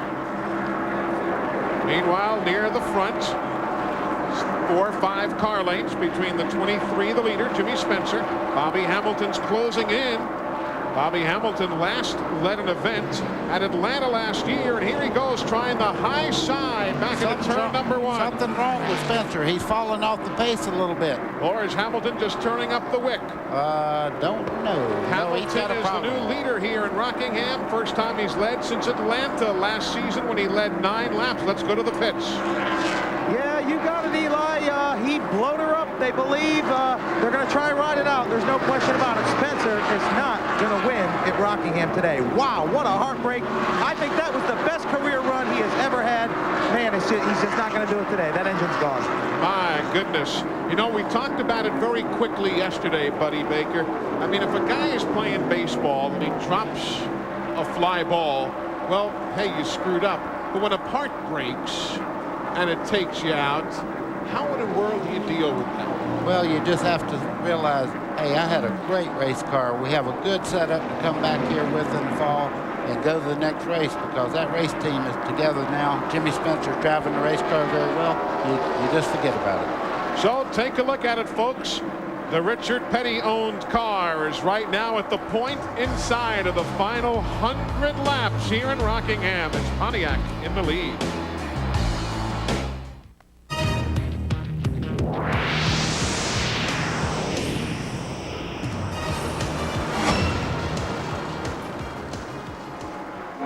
Welcome back. Glad you're with us. We are riding with Dave Marcus, and hopefully you folks are dialing that toll-free number. That's a way for you to give a question to the operators, and they will send it to us here at The Rock. You can answer your question on the air as Dale Earnhardt finally now gets by Jimmy Spencer for a guy who, I guess, apparently has lost a cylinder. Old Mr. Spencer still giving that car a heck of a run. Eli, when you have a motor problem like that, you can run nearly wide open all the way around the racetrack. So the car was handling so well, he's still keeping up a good pace around here. And that tells you where a lot of his advantage was this afternoon as well. He is starting to smoke, though, a little bit. You see, Dick, you see, fellas? He does a little puff of smoke out of the back of the car. You know, last week when Jeff Gordon didn't finish at Daytona, he had the longest streak of active drivers with DNFs, did not finish. Then, of course, he didn't finish. So the streak reverted to Jimmy Spencer. Spencer came in with the longest streak of consecutive races without a DNF, and, of course, he's still running. But it's at 19 where he hasn't had a DNF since the June race at Dover last year. Incredible. Yeah. That line he's taken, he is so far up the racetrack, he looks like a Harry Gant of old. Remember how high Harry Gant used to run this racetrack? He'd be almost up into the wall, he would run it so high. Here and Dover, Spencer seems to have taken a page out of Harry Gant's book and made it work for him today. There we watch Jimmy Spencer as Bobby Labonte is on the pit lane coming back out of the garage area. He was involved in the accident earlier in the afternoon at lap 172. Now he's returning at lap 308, so Bobby is back as we watch Spencer. Ricky Craven, he's having a superb afternoon. Hey, did you see where the young man from Boston University, Travis Roy, who used to work on Ricky's car, if you're not familiar with the story, a young man from Boston University, a hockey player, was injured in his very first shift as a hockey player for the Boston University Terriers, and he's an official member of Ricky's pit crew and so on. And Travis Roy is now he's been relocated to Atlanta in a special spinal cord rehabilitation facility, and I know he is looking on today, and Ricky always makes it a point to say hello to Travis and to the family. He's always in Ricky's heart. You know, you look back at the old pictures of Ricky Craven when he was running short tracks and when he was first getting involved in Busch North, and Travis Roy is in an awful lot of those pictures, the victory lane shots especially. Very brave young man, Travis Roy. Very, very brave. You see Ricky Craven right there, car number 41, about whom we spoke. You know, you talked about Petty's car, Richard Petty's car, leading here in Rockingham. A lot of folks don't realize that when Richard Petty won his most recent race back in 1984, he was not driving for Petty Enterprises. A lot of folks forget he was driving for Mike Curb at the time. And he had Buddy Powered as his crew chief there, and at Dover that year when he won his 199th. Petty Enterprises has been in victory lane since '83. That's the last time a car coming from the Randleman shops was in victory lane. There you see Bobby Hamilton's numbers, 2 and 9/10 seconds on Dale Earnhardt. But again, there's still a lot of racing to go here. There are pit stops that have to be made and so on. But it has been a long time for Petty Enterprises. Well, it's looking awful good this afternoon, and I'll tell you what, the folks in the grandstands here are absolutely cheering that red and blue number 43 on. It's like deja vu when you look out there. You just kind of think, well, that's Richard Petty just for a second, because I've seen that same paint job in my mirror coming up to put me away, and I tell you what, it's not a pretty thing. How'd you do here at the Rock, Buddy, during your racing days? I ran fairly well here. I always enjoyed the racetrack. It's one of the finer racetracks as far as a driving racetrack. It's kind of like Darlington. There's a certain pride of putting a good race together here at Rockingham. You go to Darlington, they don't say it was a great car. They normally say, hey, everything was right. And finishing is a big part of that, and that has got to be on Bobby Hamilton's mind. The last 4 races he has run here, he has only finished 1 of those races, and that in 30th spot. He's gone out with engine problems, handling problems, accident problems. I'm sure they're thinking about how many more laps they have got to go with this car. And now they're also getting a lot of sand that comes up off this ground here in the sand hills. It starts hitting the windshield, and that's Steve Grissom. He'll be going down the back straightaway, but as he comes towards turn number 1, you'll see what these fellas have to deal with now as the sun is a bit lower in the horizon. It's not an easy view, is it, Buddy, going into the corner? You can see he's virtually blind going into turn 1 right here. That's where you just, I used to ask my dad when he run the beach at Daytona, I said, how'd you know where to turn when you got the windshield all messed up? He said they wouldn't let people stand within 100 yards of the corner. When you run out of people, you crossed it up. I thought you were going to say when he heard water. We are working under green here at lap 314 at the Rock. That was the voice of Buddy Baker. 12 top 5 finishes that man has here. As we ride along with Dave Marcus here at Rockingham, remember Race Day, hosted by Rick Benjamin, live on TNN Motorsports this evening at 11 o'clock Eastern Time. He'll update you on the doings here. He'll have NHRA news. He'll have Trans Am updates from St. Petersburg, all tonight right here on TNN Motorsports. And riding along with the legend we are right there, old Dave Marcus. Wausau, Wisconsin, now home in Avery's Creek, North Carolina. And you saw him wave to one of the competitors behind him, letting him know it's okay to go by. He's running in 25th spot. Marcus, 54 years old on March 1st. He'll be 55. Yeah, and he don't even have a helmet restraint on his neck there. That's one tough old bird right there. You look at him, how he goes in the corner and just kind of squats down with his neck. You see it kind of go down there. Now, when he comes out on straightaway, he don't use all the new devices that most of these guys do. They do everything but a Western saddle in some of these seats. Yeah, look at him looking up at that rear view mirror, checking to see who's behind him, make sure everybody's got plenty of room. There he goes around Brett Bodine. Dave Marcus. I still think the best line of all speed weeks at Daytona, you know, Dave Marcus has, with the Prodigy sponsorship, the computer online service, they even had a show card. And Dave said, almost sheepishly, he said, Eli, do you ever think you'd see the day when Dave Marcus had a show card? And that might have been a heck of a statement on where that man has persevered and come to, because he has always operated on a shoestring. That's the leader right there, Bobby Hamilton in the STP Pontiac. You know, you realize if Petty's car, if Richard's car wins this race, they're going to tear the grandstands down. Yeah, I was kind of worried. We're kind of high up here. They'll have to knock us right out. The thing is, they're rebuilding this for the fall. When we come back here, there'll be beautiful new suites, a new broadcast booth for ourselves, for radio, a control tower for NASCAR. But, I mean, they're going to be dancing in the aisles. Well, the demolition, Hamilton can hang on. Yeah, the demolition crew will be on the way for sure if he can win it. There's old Dale Jarrett, the 88. We've not talked much about him here. Still on the lead lap. Glenn, what's the story in your brother's pit? Well, Eli, in that last caution flag, they made a change. They took a rubber out of the right front to loosen the car up. It had been a little tight all day. They got it too loose. When he took off at first and roared by him and took the lead, the car was perfect. But after the tires got some heat in them, it really got loose with him. He's just biding time now till they can come back in, readjust the car. But he's fallen back to 6th now. Has not been able to catch him past Jimmy Spencer, even with the engine problem. And Jimmy Spencer just hit the wall going through turn number 4. He's got smoke coming from behind the automobile. Now, what happened first? Did he hit the wall, or did he have a smoke problem that sent him up? But he scrubbed the wall between turns 3 and 4. And what a heartbreak for Jimmy, who led so much of this afternoon. Yeah, he had a good run going, even with the motor giving him trouble. Boy, he's got something wrong now. You see the car going back up towards the wall there. And caution is on the speedway.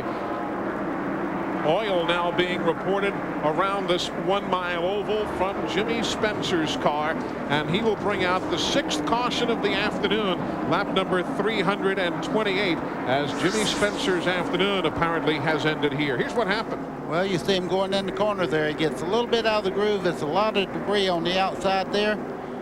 I don't think he hit the wall. No, never did. I think he just went right up. He got real close to the wall, smoked before it, got close to the wall. I don't think he hit it, buddy. Okay, what happened there, he knew he had oil, and he was trying to get out of the racing groove, because you can see it's over with now. The thing is really giving up.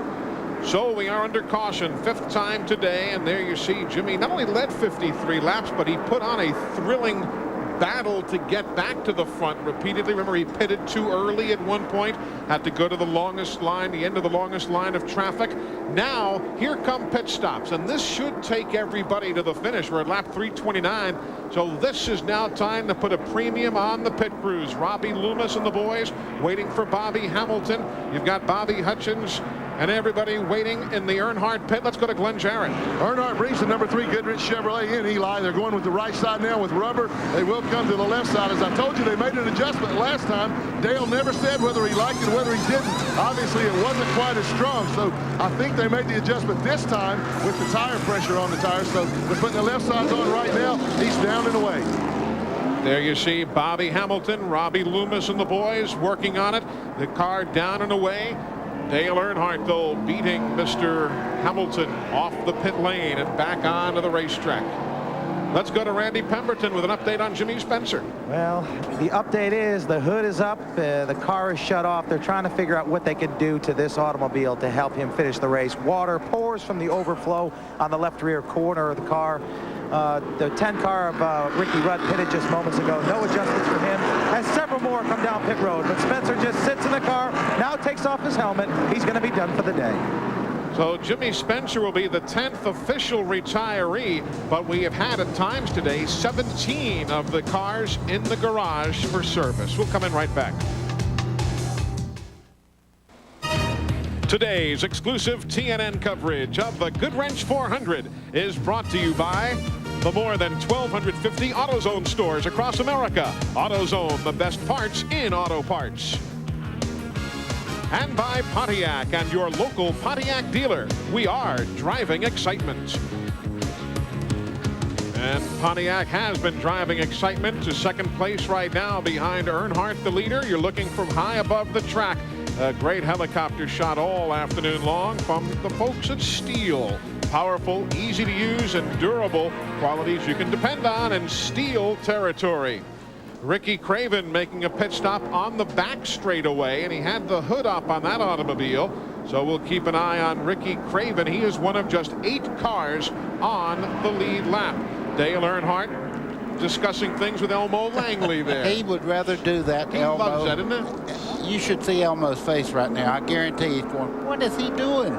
He'll run up there. He used to tag him every once in a while, but they got on him pretty heavy for that. We got a photo with the magazine of him with his front bumper right into the back bumper in the pace car in an IROC race. Yeah. Well, hate to go and chat with a guy who had such a great afternoon, but Jimmy Spencer, we got to hear from him, but he's out of the race too darn early. Well, he's getting a cold drink, just climbed from the 23 car. Jimmy, you gave the fans in the grandstand a thrill today. I know your fans were thrilled, but not to be for you. No, not really. You know, great pit stops, great race car. Donnie Winger's done a heck of a job with the crew. Cecil's here. I tell you, everything's going to the best it can be. You know, hey, we blew up today. That's life, but I'll take it all the time if I could come up there and lead them races and stuff like that. That's all I ask for out of my pit crew. They gave me a hell of a race car today. You've had some good runs in your career. Was this the best? Oh, it's clearly the best. This car was so fast. I mean, the dang thing. I couldn't do nothing wrong, you know. I mean, when I bided my time with Terry to see, I thought Terry had the best car next to mine, and you know, Terry done a heck of a job racing me really good, and I passed him anytime I wanted to, you know. And I'll tell you something, Terry blew up and I blew up, so I'd like to see Richard Petty's car win this race. Sentimental reasons there, you know. Hopefully he can do it. Smoking Joe's team will try and do a little bit better next week and hopefully finish. Okay, good luck next week. Eli? All right, Randy, thanks a lot. Track cleanup is continuing after the oil that was put down, so why don't we break away again? Closing in on the finish of the Goodwrench 400. Welcome back, everybody. Still under caution here at Rockingham. Don't forget, next Saturday evening, 6 o'clock Eastern Time, we'll be in Richmond, Virginia for Race Talk. We'd love you to join us toll-free and talk with our special guest of the week. We'll wait and see exactly what unfolds here today before we make our guest selection. That's next Saturday evening, 6 o'clock Eastern Time. Race Talk right here on TNN Motorsports. Let's go back to pit road. Well, guys, I took a quick poll of all the cars that pitted down here, the cars on the lead lap, the ones in my area, as to what they did. Richard Petty's car driven by Bobby Hamilton. Bobby told him to leave it alone. Don't change anything. Dale Earnhart's tire sheet showed neutral, so they left his alone too. Did not make any changes on him. Dale Jarrett put the rubber back in the right front of the car. Well, he didn't do it, but the crew did. Put the rubber back in the right front of the car. Then they took a round and a half a bite out of it. Hopefully that'll adjust his car. Now let's go down to Randy for the Ricky Rudd's pit. Absolutely no changes on the Tide machine. He likes it the way it is, so he's going to run with what he's got. All right, fellas, we appreciate the update from down on the pit lane. Got a great question here that was faxed into us. Somebody wants to know from Tennessee if Steve Grissom's wife's name is Wilma. From the Cartoon Network car. Her name is Susan. Bob in Tennessee, you want to know if Steve, because that was his picture on the car, and if he's married to Wilma. We're back under green here at Rockingham. 337 of 393 laps are complete. Oh, Derek Cope, he was the first car a lap down. He has just unlapped himself. See if he can stay there. He's been quietly lurking around the lead cars all day long after problems early. He's come back to get on the tail end of the lead lap now. He's been fast the whole time here at Rockingham. Really Yep, he really has, and his speed seems to be about in the middle of the corner, which is the most difficult part of this racetrack. And of course, Robert Arthur Allison, the car owner there. Bobby Allison, a four-time winner here. And we were talking before what Richard Petty can teach to Bobby Hamilton. I dare say old Bobby remembers a few of the tricks. Let's see if Derek Cope can stay there. Earnhardt, the leader, he'll swing by him here at the start-finish line by inches to put Cope a lap down. But Derek's not going quietly, but finally yields as he goes to the high side. And 20 years ago this race, Eli, Robert Arthur Allison found himself bouncing down the backstretch in one of Roger Penske's cars. Were you involved in that in any way, Buddy Baker? He was so high, turning over down the back straightaway. How high was he? I went under him. Oh. Did you really? Yes, I did. I looked up to see the bottom part of his race car. My goodness, 340 laps on the board right now of 393. That's the one where he had the Coca-Cola in the cooler and it spilled all over him, and he sort of came to and he's covered with Coke, and he thought, oh my goodness, the world has just ended. I've had it. Look at this, Eli. Here comes Bobby Hamilton. He yielded the lead on a pit stop, but here he comes back to take it away from Earnhardt on the racetrack. 341 laps now on the board. And this fan support here is just, I don't know why they bother to sell seats. Nobody's sitting down anyway. Might as well sell standing room, but the fans just loving it here. But here comes Earnhardt right back. How many times have you seen Earnhardt push the issue like that? Somebody go back. He passed him exactly where Bobby Hamilton passed him back. So Earnhardt now trying to go back to the front. And he'll work the low side of the racetrack. 342. Bobby Hamilton's radio you hear coming over top of our telecast. We kind of eavesdrop just a bit. Of course, with permission to do so, we might add. Here comes Hamilton right back. Wow. Oh. Hamilton on the low side now, and he's got the lead back. Now remember, Ricky Rudd, the 10 car, he's on the lead lap. 88, Dale Jarrett, he's on the lead lap. All four of those cars battling for the lead right now in the late stages here in Rockingham. Look at Earnhardt right up under him right now. Now that'll loosen you. Whoa! I guess. That'll loosen you up. Hamilton into the wall. Boy, he was lucky to save that car. Wow. My goodness, Dale Earnhardt hangs to the lead now at lap right rear pretty hard. Right rear, you hear them tell him. We're smoking the right rear pretty bad. 3-car hit us, Robbie. That would be Dale Inman up on the roof telling Robbie Loomis, the crew chief, exactly what happened. Okay. Bobby says seemed to be handling okay. He doesn't want to go in the pits. He wants to stay out there. Also, Kenny Wallace got around in that exchange. So Kenny is now in 4th. Hamilton is backslid to 5th. We're still seeing tire smoke, though, guys. He has, if you can get a picture of the right rear as he comes in this corner, you can see concrete dust on the wheel itself. So he had some pretty good contact. And caution is on the speedway now. Caution is on the speedway. Some debris up in the corner, turn 3 and 4. And caution is on the speedway. And we'll have to take another look at exactly what happened for caution at lap 347. Okay, Earnhardt's right up under him, right about there. Just a little contact. Hamilton gets sideways. He goes up, gets the outside wall very lightly. He was very lucky not to spin out there. He did a beautiful job of keeping that car under control. There it is. Here Ricky Rudd goes down low. Dale Jarrett sneaks under the bottom side there. Yeah, Derek Koch comes by. And they may have had some contact there too, buddy. So caution, lap 347. Let's go down to Glenn Jarrett. He's in the Bobby Hamilton pit as Hamilton and Grissom come in to make a stop. Well, they're discussing what they're going to do right now. Obviously, they got right side tires they're going to pull in. I imagine obviously will be a 4-tire change. They're going to check that damage over. There's nothing I can see on this side except the damage that was already there. Put fuel in it. They don't need much. They've got a board out there to pull the fender away on the right rear, to pull it away from that tire. That's their main concern right now. They're coming around to change left side tires, but most of the work is centered on that right rear, getting that fender off of that tire. Left side tire's going on. There's no chassis adjustments or anything like that. I don't think that it really damaged the car that bad, guys. So this may be a break in a way because he's going to have 4 tires, a little fresher than anybody else's. That's a good point that Glenn brings up there. Absolutely. You see the car there. They pull the fender away from the tire. It's no longer smoking. I think he's going to be okay. Certainly hope so anyhow. He drove his heart out today. Here's another look at what happened from one of our speed shot cameras here at the Rock. Just hang on and ride with us. Oh, that was our speed shot camera. Wonder what the tab is on one of those babies. 348 laps on the board.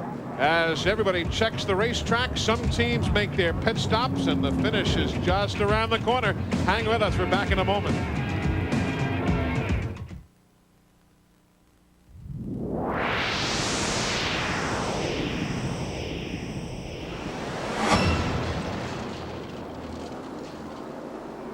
We are live at the North Carolina Motor Speedway in Rockingham with 8 cars on the lead lap. Dale Earnhardt presently leads. He has led 6 times today for 57 laps. There have been 20 lead changes among 7 drivers. Terry Labonte, who is in the garage, in case you're joining us along the way, he has and will lead the most laps of the day. 198 laps Terry Labonte led before engine failure sent him to the garage area.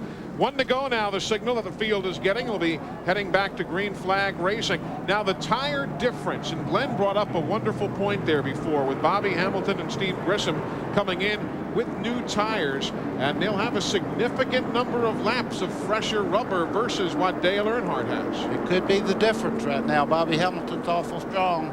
If he has any advantage at all, the way he was running, that could be the difference. So we'll find out here as we get set to head down the finish. Lap 350 on the board. 43 laps remain to settle this Goodwrench 400. Let's follow up with Glenn Jarrett even more on pit road. Glenn? Well, I asked Robbie Lemons how many laps he had on the tires, and all the excitement, he didn't really know. He said he thought about 8, maybe 10 laps, but at the most.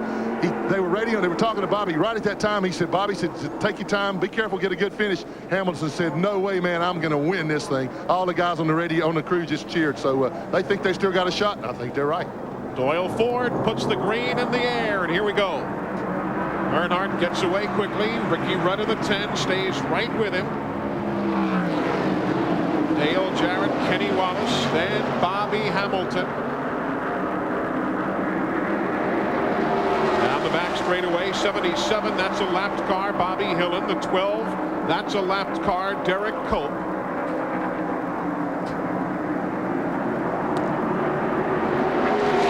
Here they come to the stripe. As the laps wind down to conclusion.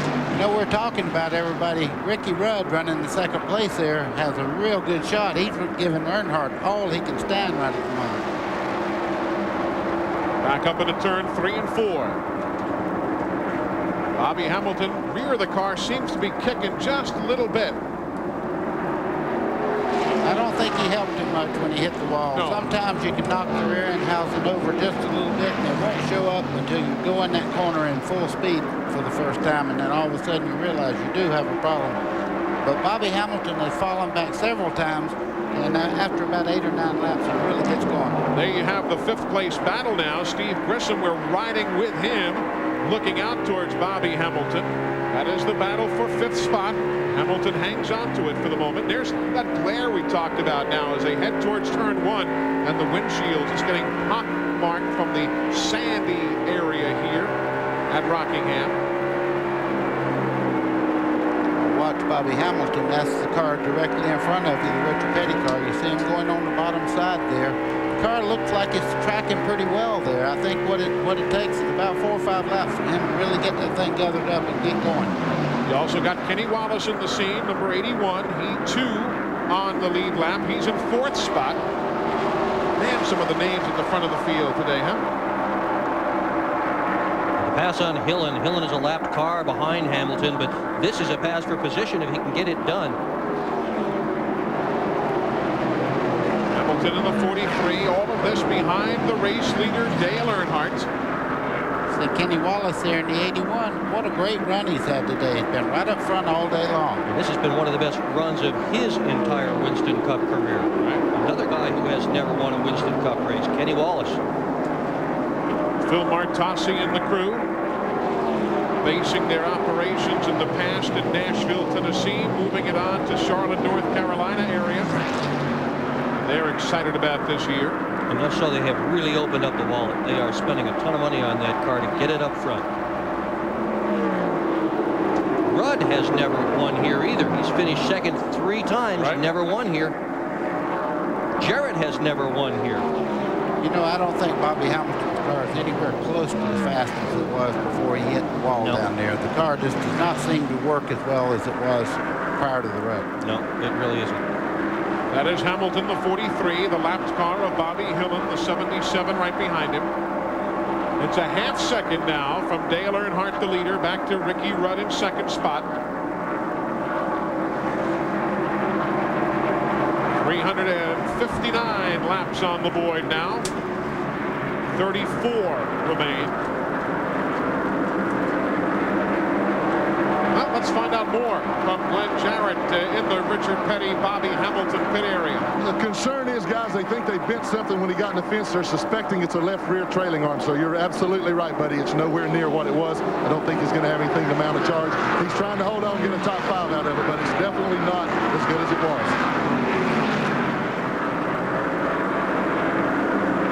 Just watching Kenny Wallace running 4th spot right now.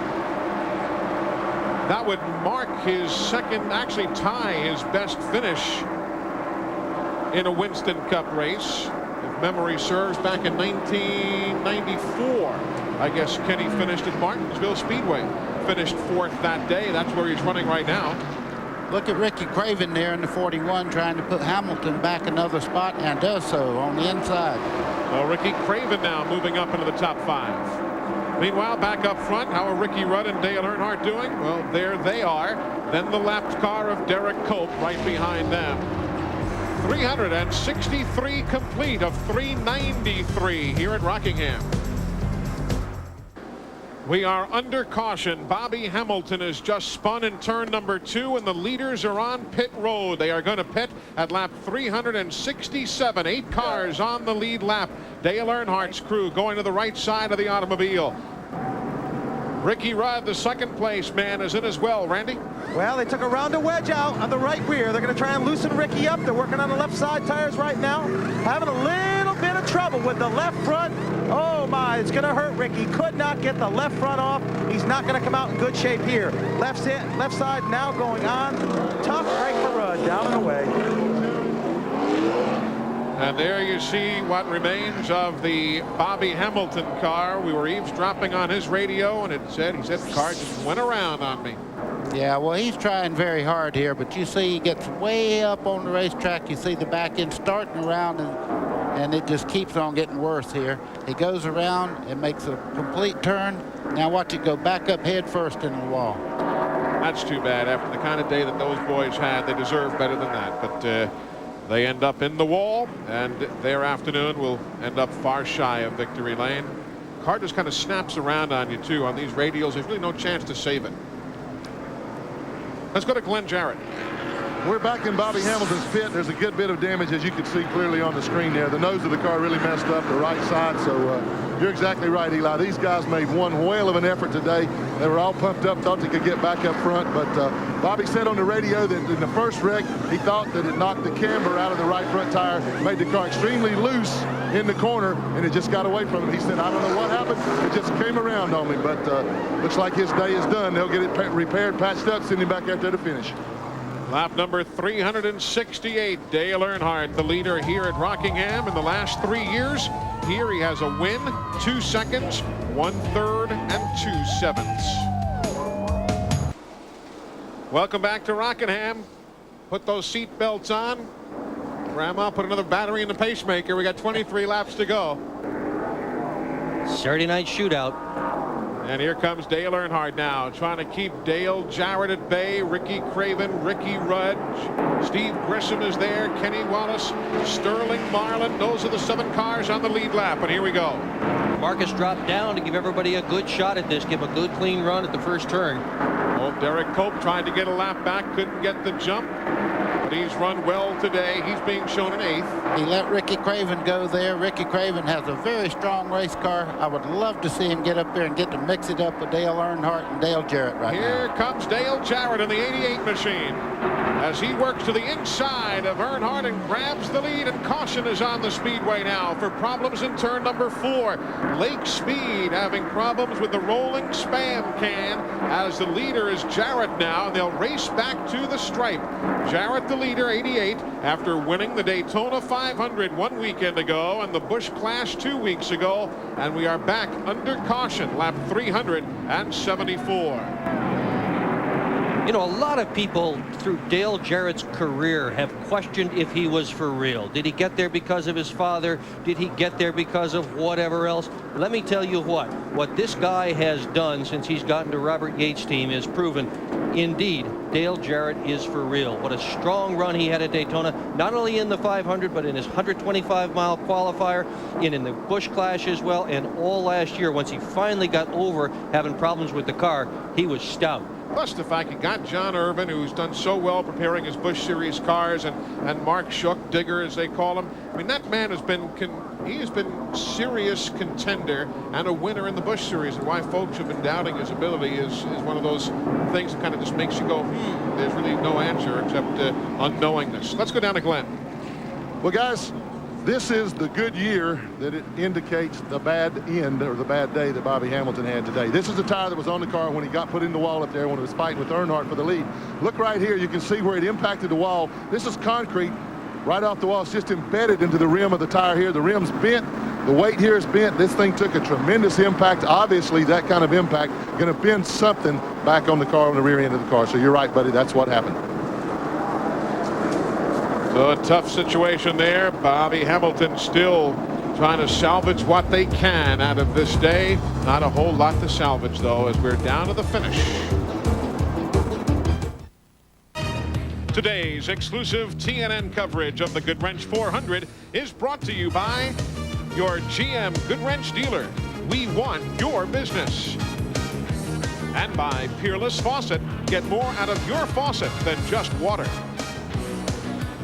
Welcome back, everybody. Elmo Langley takes the Pontiac safety car off the racetrack. He's going to get away in a hurry here to watch the finish of this Goodwrench 400. Dale Jarrett, Dale Earnhardt, Ricky Craven in his 34th Winston Cup race. Best he's ever done was 7th at Michigan in August of a year ago, and Craven's running in 3rd. Ricky Rudd in 4th, Steve Grissom 5th, Kenny Wallace and Sterling Marlin, and here we go again. 393 will make up the total laps today. We are, as you saw, at lap 378. And old Derek Cope says, I need my lap back. If there's another caution, he's back in the hunt. He's only a lap down in car 12. And Earnhardt's on the bottom with him. My goodness. This is unusual. Earnhardt's been running the high line, and Cope's got his lap back, and Earnhardt's gotten underneath the 88 of Dale Jarrett. Well, Derek Cope back on the lead lap now, running in 8th spot. If we catch a caution here, he'd be able to come all the way back around, as Earnhardt now has the top spot. And I guess we just figured out what Earnhardt was doing on the bottom, didn't we? See Ricky Craven there in 3rd place. He's moved right up in behind Dale Jarrett. This car looks like it's as fast as either one of them is in front of him. Well, I'll tell you, they've done a tremendous job today. They have pitted on the backstretch. They lost their 3 key engine men over the wintertime, and they lost their right rear tire changer. Got moved to the 37 team. Remember the right rear tire problem at Daytona 500? Well, guess where their tire changer went. And look at them. Here they are at the end of this race, running in 3rd spot. That's a credit to the whole team. Speaking, of course, of Larry Hedrick Motorsports, Ricky Craven, the driver. He's showing a lot of patience, too. He had a chance to do something very dangerous there. He looked on the inside of Dale Jarrett going into turn 1, thought better of it.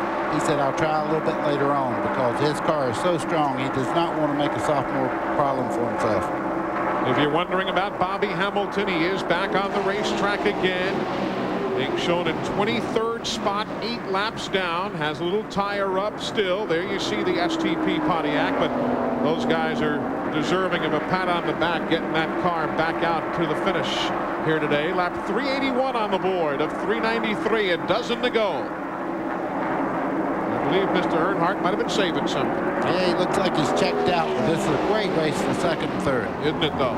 And Ricky Rudd is coming. He wants to join that battle.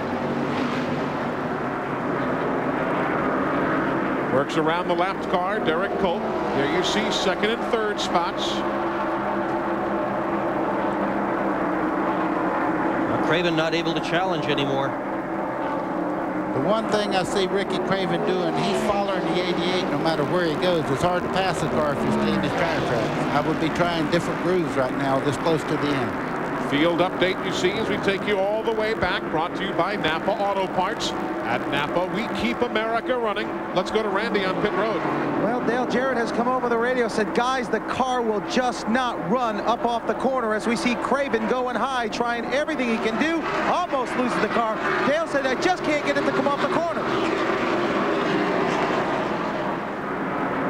Oh, there Kenny Wallace and Steve Grissom got together there. Some contact. Kyle Petty in the 42 watching from his 11th spot. Kyle is not on the lead lap, but Grissom in the 29, the yellow machine there, and the 81 for Wallace, they are on the lead lap. Grissom in 5th spot right now. Wallace in 6th. A pile of lap traffic. Ernie Irvin down there in the black number 28 car. Anybody who wondered if he could run the full length of the race. There's Ernie Irvin. Whoa, and Kyle Petty gets sideways. You're going to make me jump off this chair, man. They go by Bobby Hamilton. Here comes Sterling Marlin in the 4-car. He is on the lead lap in 7th spot. Saying, just get me through all this traffic as he goes to the inside of Rick Mast, driving the Hooters Pontiac. Wally Dallenbach in the wall. The Hayes Modems machine out of Bud Moore Engineering in Spartanburg, South Carolina. Significant right front damage, and what a run they had going at Daytona last week. And Wally's in the wall here late today. They did not throw the yellow yet. I guess they figured nothing fell off the car. He's continuing on, so we're still under green. Dallenbach was running in 20th spot when he tagged the wall. There's Dale Earnhardt. He leads. Let's go back and see Wally Dallenbach's problems. See Wally right there in the 15. He goes in a little bit high. I don't know whether there's contact there or not. You'd have to guess on that, and I'd rather say no. He just went in a little hard, got high there, got up into the wall. Inside of 5 laps remaining as we're back live to Dale Earnhardt, the race leader. Dale Jarrett, Ricky Craven, Ricky Rudd, Steve Gresham, Kenny Wallace, Sterling Marlin. That's the 7, and Bobby Hillin spins. Bobby Hillin spins. And now is he going to be able to get the car going off the apron of the racetrack? He is inside of turn 2. No caution flag yet. Dale Earnhardt, the race leader, is in turn 3. Bobby Hamilton has just pitted. No caution yet. Caution now it is out. Now it is out, and it has been taken by the leader, Dale Earnhardt. Caution is being displayed at lap 390. Now the question is, can they get this race restarted? We're just 3 laps from the finish. Remember, you've got to get Hillin away, and there he comes down the back pit lane. You would be looking at a green, white, and checker if they can get it done quickly, but I believe we're going to run out of laps. There aren't going to be enough laps to get this race going again and have a green lap finish at the conclusion. They're still going to get the pace car out on the racetrack. We're already at 391 of 393. Yep. We're not going to be able to do it. And you're not going to pick the pace car up on this lap. Yes, you are. Elmo's on the racetrack.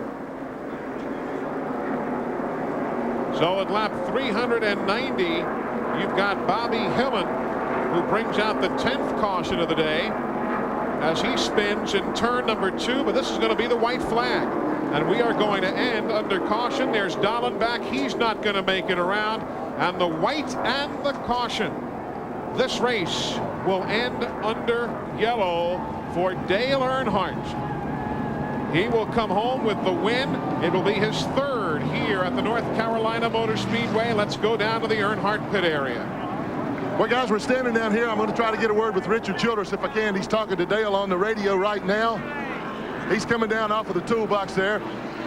And he's talking to Dale. First of all, Richard, congratulations. It was a hard-fought day, but finally turns out okay. Yeah, I feel good for the whole race team. It's the winter. Everybody really worked hard. This is a brand new car, and man, it's worked good all day. We were a little off yesterday evening, and really tuned her in there good with a chassis. David and Bobby and Dale worked real good together on it. Well, congratulations again. We're going to make our way to Victory Lane. We'll talk to Earnhardt in just a moment. Back to Eli Gold. All right, Glenn, this will be the first Winston Cup race since Charlotte in 1994, the October event, to end under caution. Of course, the ongoing question, you hate to see it. Would anybody have caught Earnhardt anyway? I kind of doubt it, but you'd like to have seen him get a chance.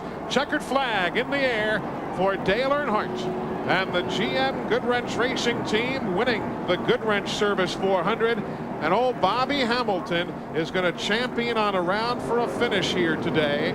And he'll come home in 24th position, the way we calculated here. So they did salvage something out of what should have been a whole heck of a lot better. But Bobby Hamilton takes the checkered flag, and Dale Earnhardt, big old smile. This is going to be big time after a fine finish at Daytona, a win here at Rockingham. He's firmly atop the NASCAR Winston Cup Series point lead. We'll talk about it in a moment.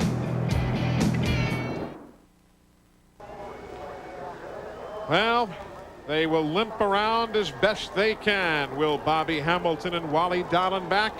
But in victory lane, Dale Earnhardt. Took him a while to get there. Kind of got lost going in victory lane while you folks were away.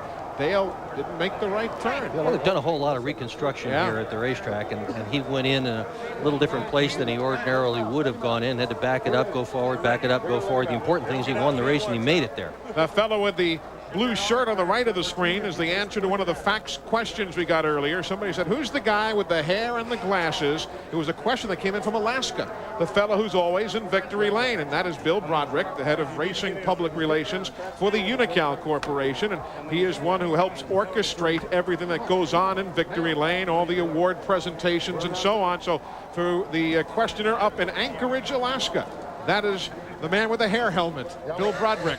I was going to say he played the lion in The Wizard of Oz. And we can say that because we're up here and he won't hear this until he watches the tape. Dale Earnhardt, big win today. A lot of fellas took serious shots at the win. Terry Labonte strong early. Jimmy Spencer was dominant middle of the race. Dale Jarrett led. Ricky Rudd, Bobby Hamilton. But when all was said and done, it was that man, Dale Earnhardt, who picks up the win. Glenn Jarrett's right there with him. Dale Earnhardt, what a great run. You struggled a little bit for a while today, but boy, when you needed to, you put that number 3 back up front. Going to pick up Taylor there. Give her a big victory hug. Congratulations on a great day. Well, I thank you. Got to hand it to David Smith and everybody, you know, it's spinning his engine department, Scott DeYoung on the qualifying motor. We did a great job, and everybody did a job. We fine-tuned this thing. It's a little different than what we had on the setup here last fall.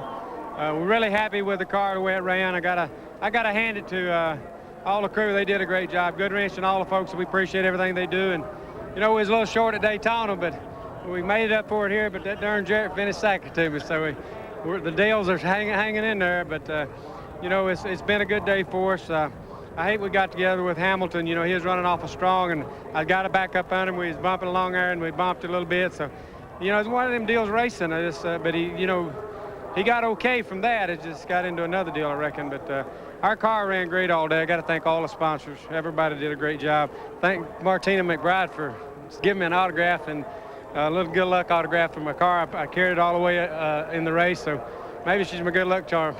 You'll have her at every race from now on. You can count on that. Whenever Dale Earnhardt needs a fix, he comes home to the Rock. He kicked them again today, Eli. He did. He led 7 times for 95 laps. Look at Ricky Craven, his best career finish ever. As you see the top 10, one Pontiac in the mix. Rick Mast coming home in 10th. Today's exclusive TNN coverage of the Goodwrench 400 has been brought to you by Miller Lite, proud sponsor of the Miller Racing Team. We race for beer. And by Texaco Clean System 3 gasolines. Add more life to your car. Take it to the star. Dale Earnhardt, the race winner, and our congratulations to that man, David Smith, the Weston Auto Mechanic of the Race. And it's also time now for the Pit Crew of the Race Award, brought to you by cold-filtered Miller Genuine Draft and Miller Genuine Draft Light, making the world a very cool place. Here's Glenn. Well, thanks, Eli. The recipient of the Miller Genuine Draft Pit Crew of the Race Award also goes to David Smith in only his 2nd race as a crew chief. Congratulations. Oh, thank you so much, Glenn. It's just a tremendous day for this team, and I'm just so proud of our pit crew and the way they performed today. Well, they absolutely did a good job. They always do. You can always count on them. Now back to Eli. All right, Glenn, thank you. Let's take a look at all the rundown here today. 69th career win for Dale Earnhardt, and his performance here today is 42nd Super Speedway victory. Career best for Ricky Craven. Super run for Kenny Wallace coming home in 7th. Derek Culp hung tight all day as we continue our look back through the field here this afternoon in the running of the Goodwrench Service 400. Kyle Petty, Mike Skinner championed on home for a 12th place, guys. There you see further down the line, Johnny Benson. Hutch Strickland got into problems earlier. He came home in the 30th spot. And now many of the teams that ended up in the garage area. A myriad of accidents today among our 10 caution flags. Ward Burton, the first man out of the event. As far as the NASCAR Winston Cup Series points, you'll have a tie atop the leaderboard. Dale Jarrett and Dale Earnhardt are there with Ricky Rudd, Ricky Craven, and Jeff Burton behind him.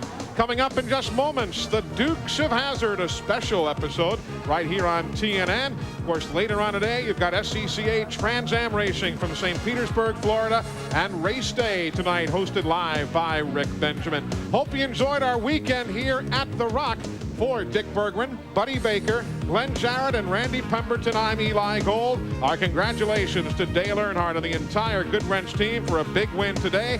We will see you soon with more, but right now, stay tuned. The Dukes of Hazzard coming up next as Dale Earnhardt celebrates his 69th career win.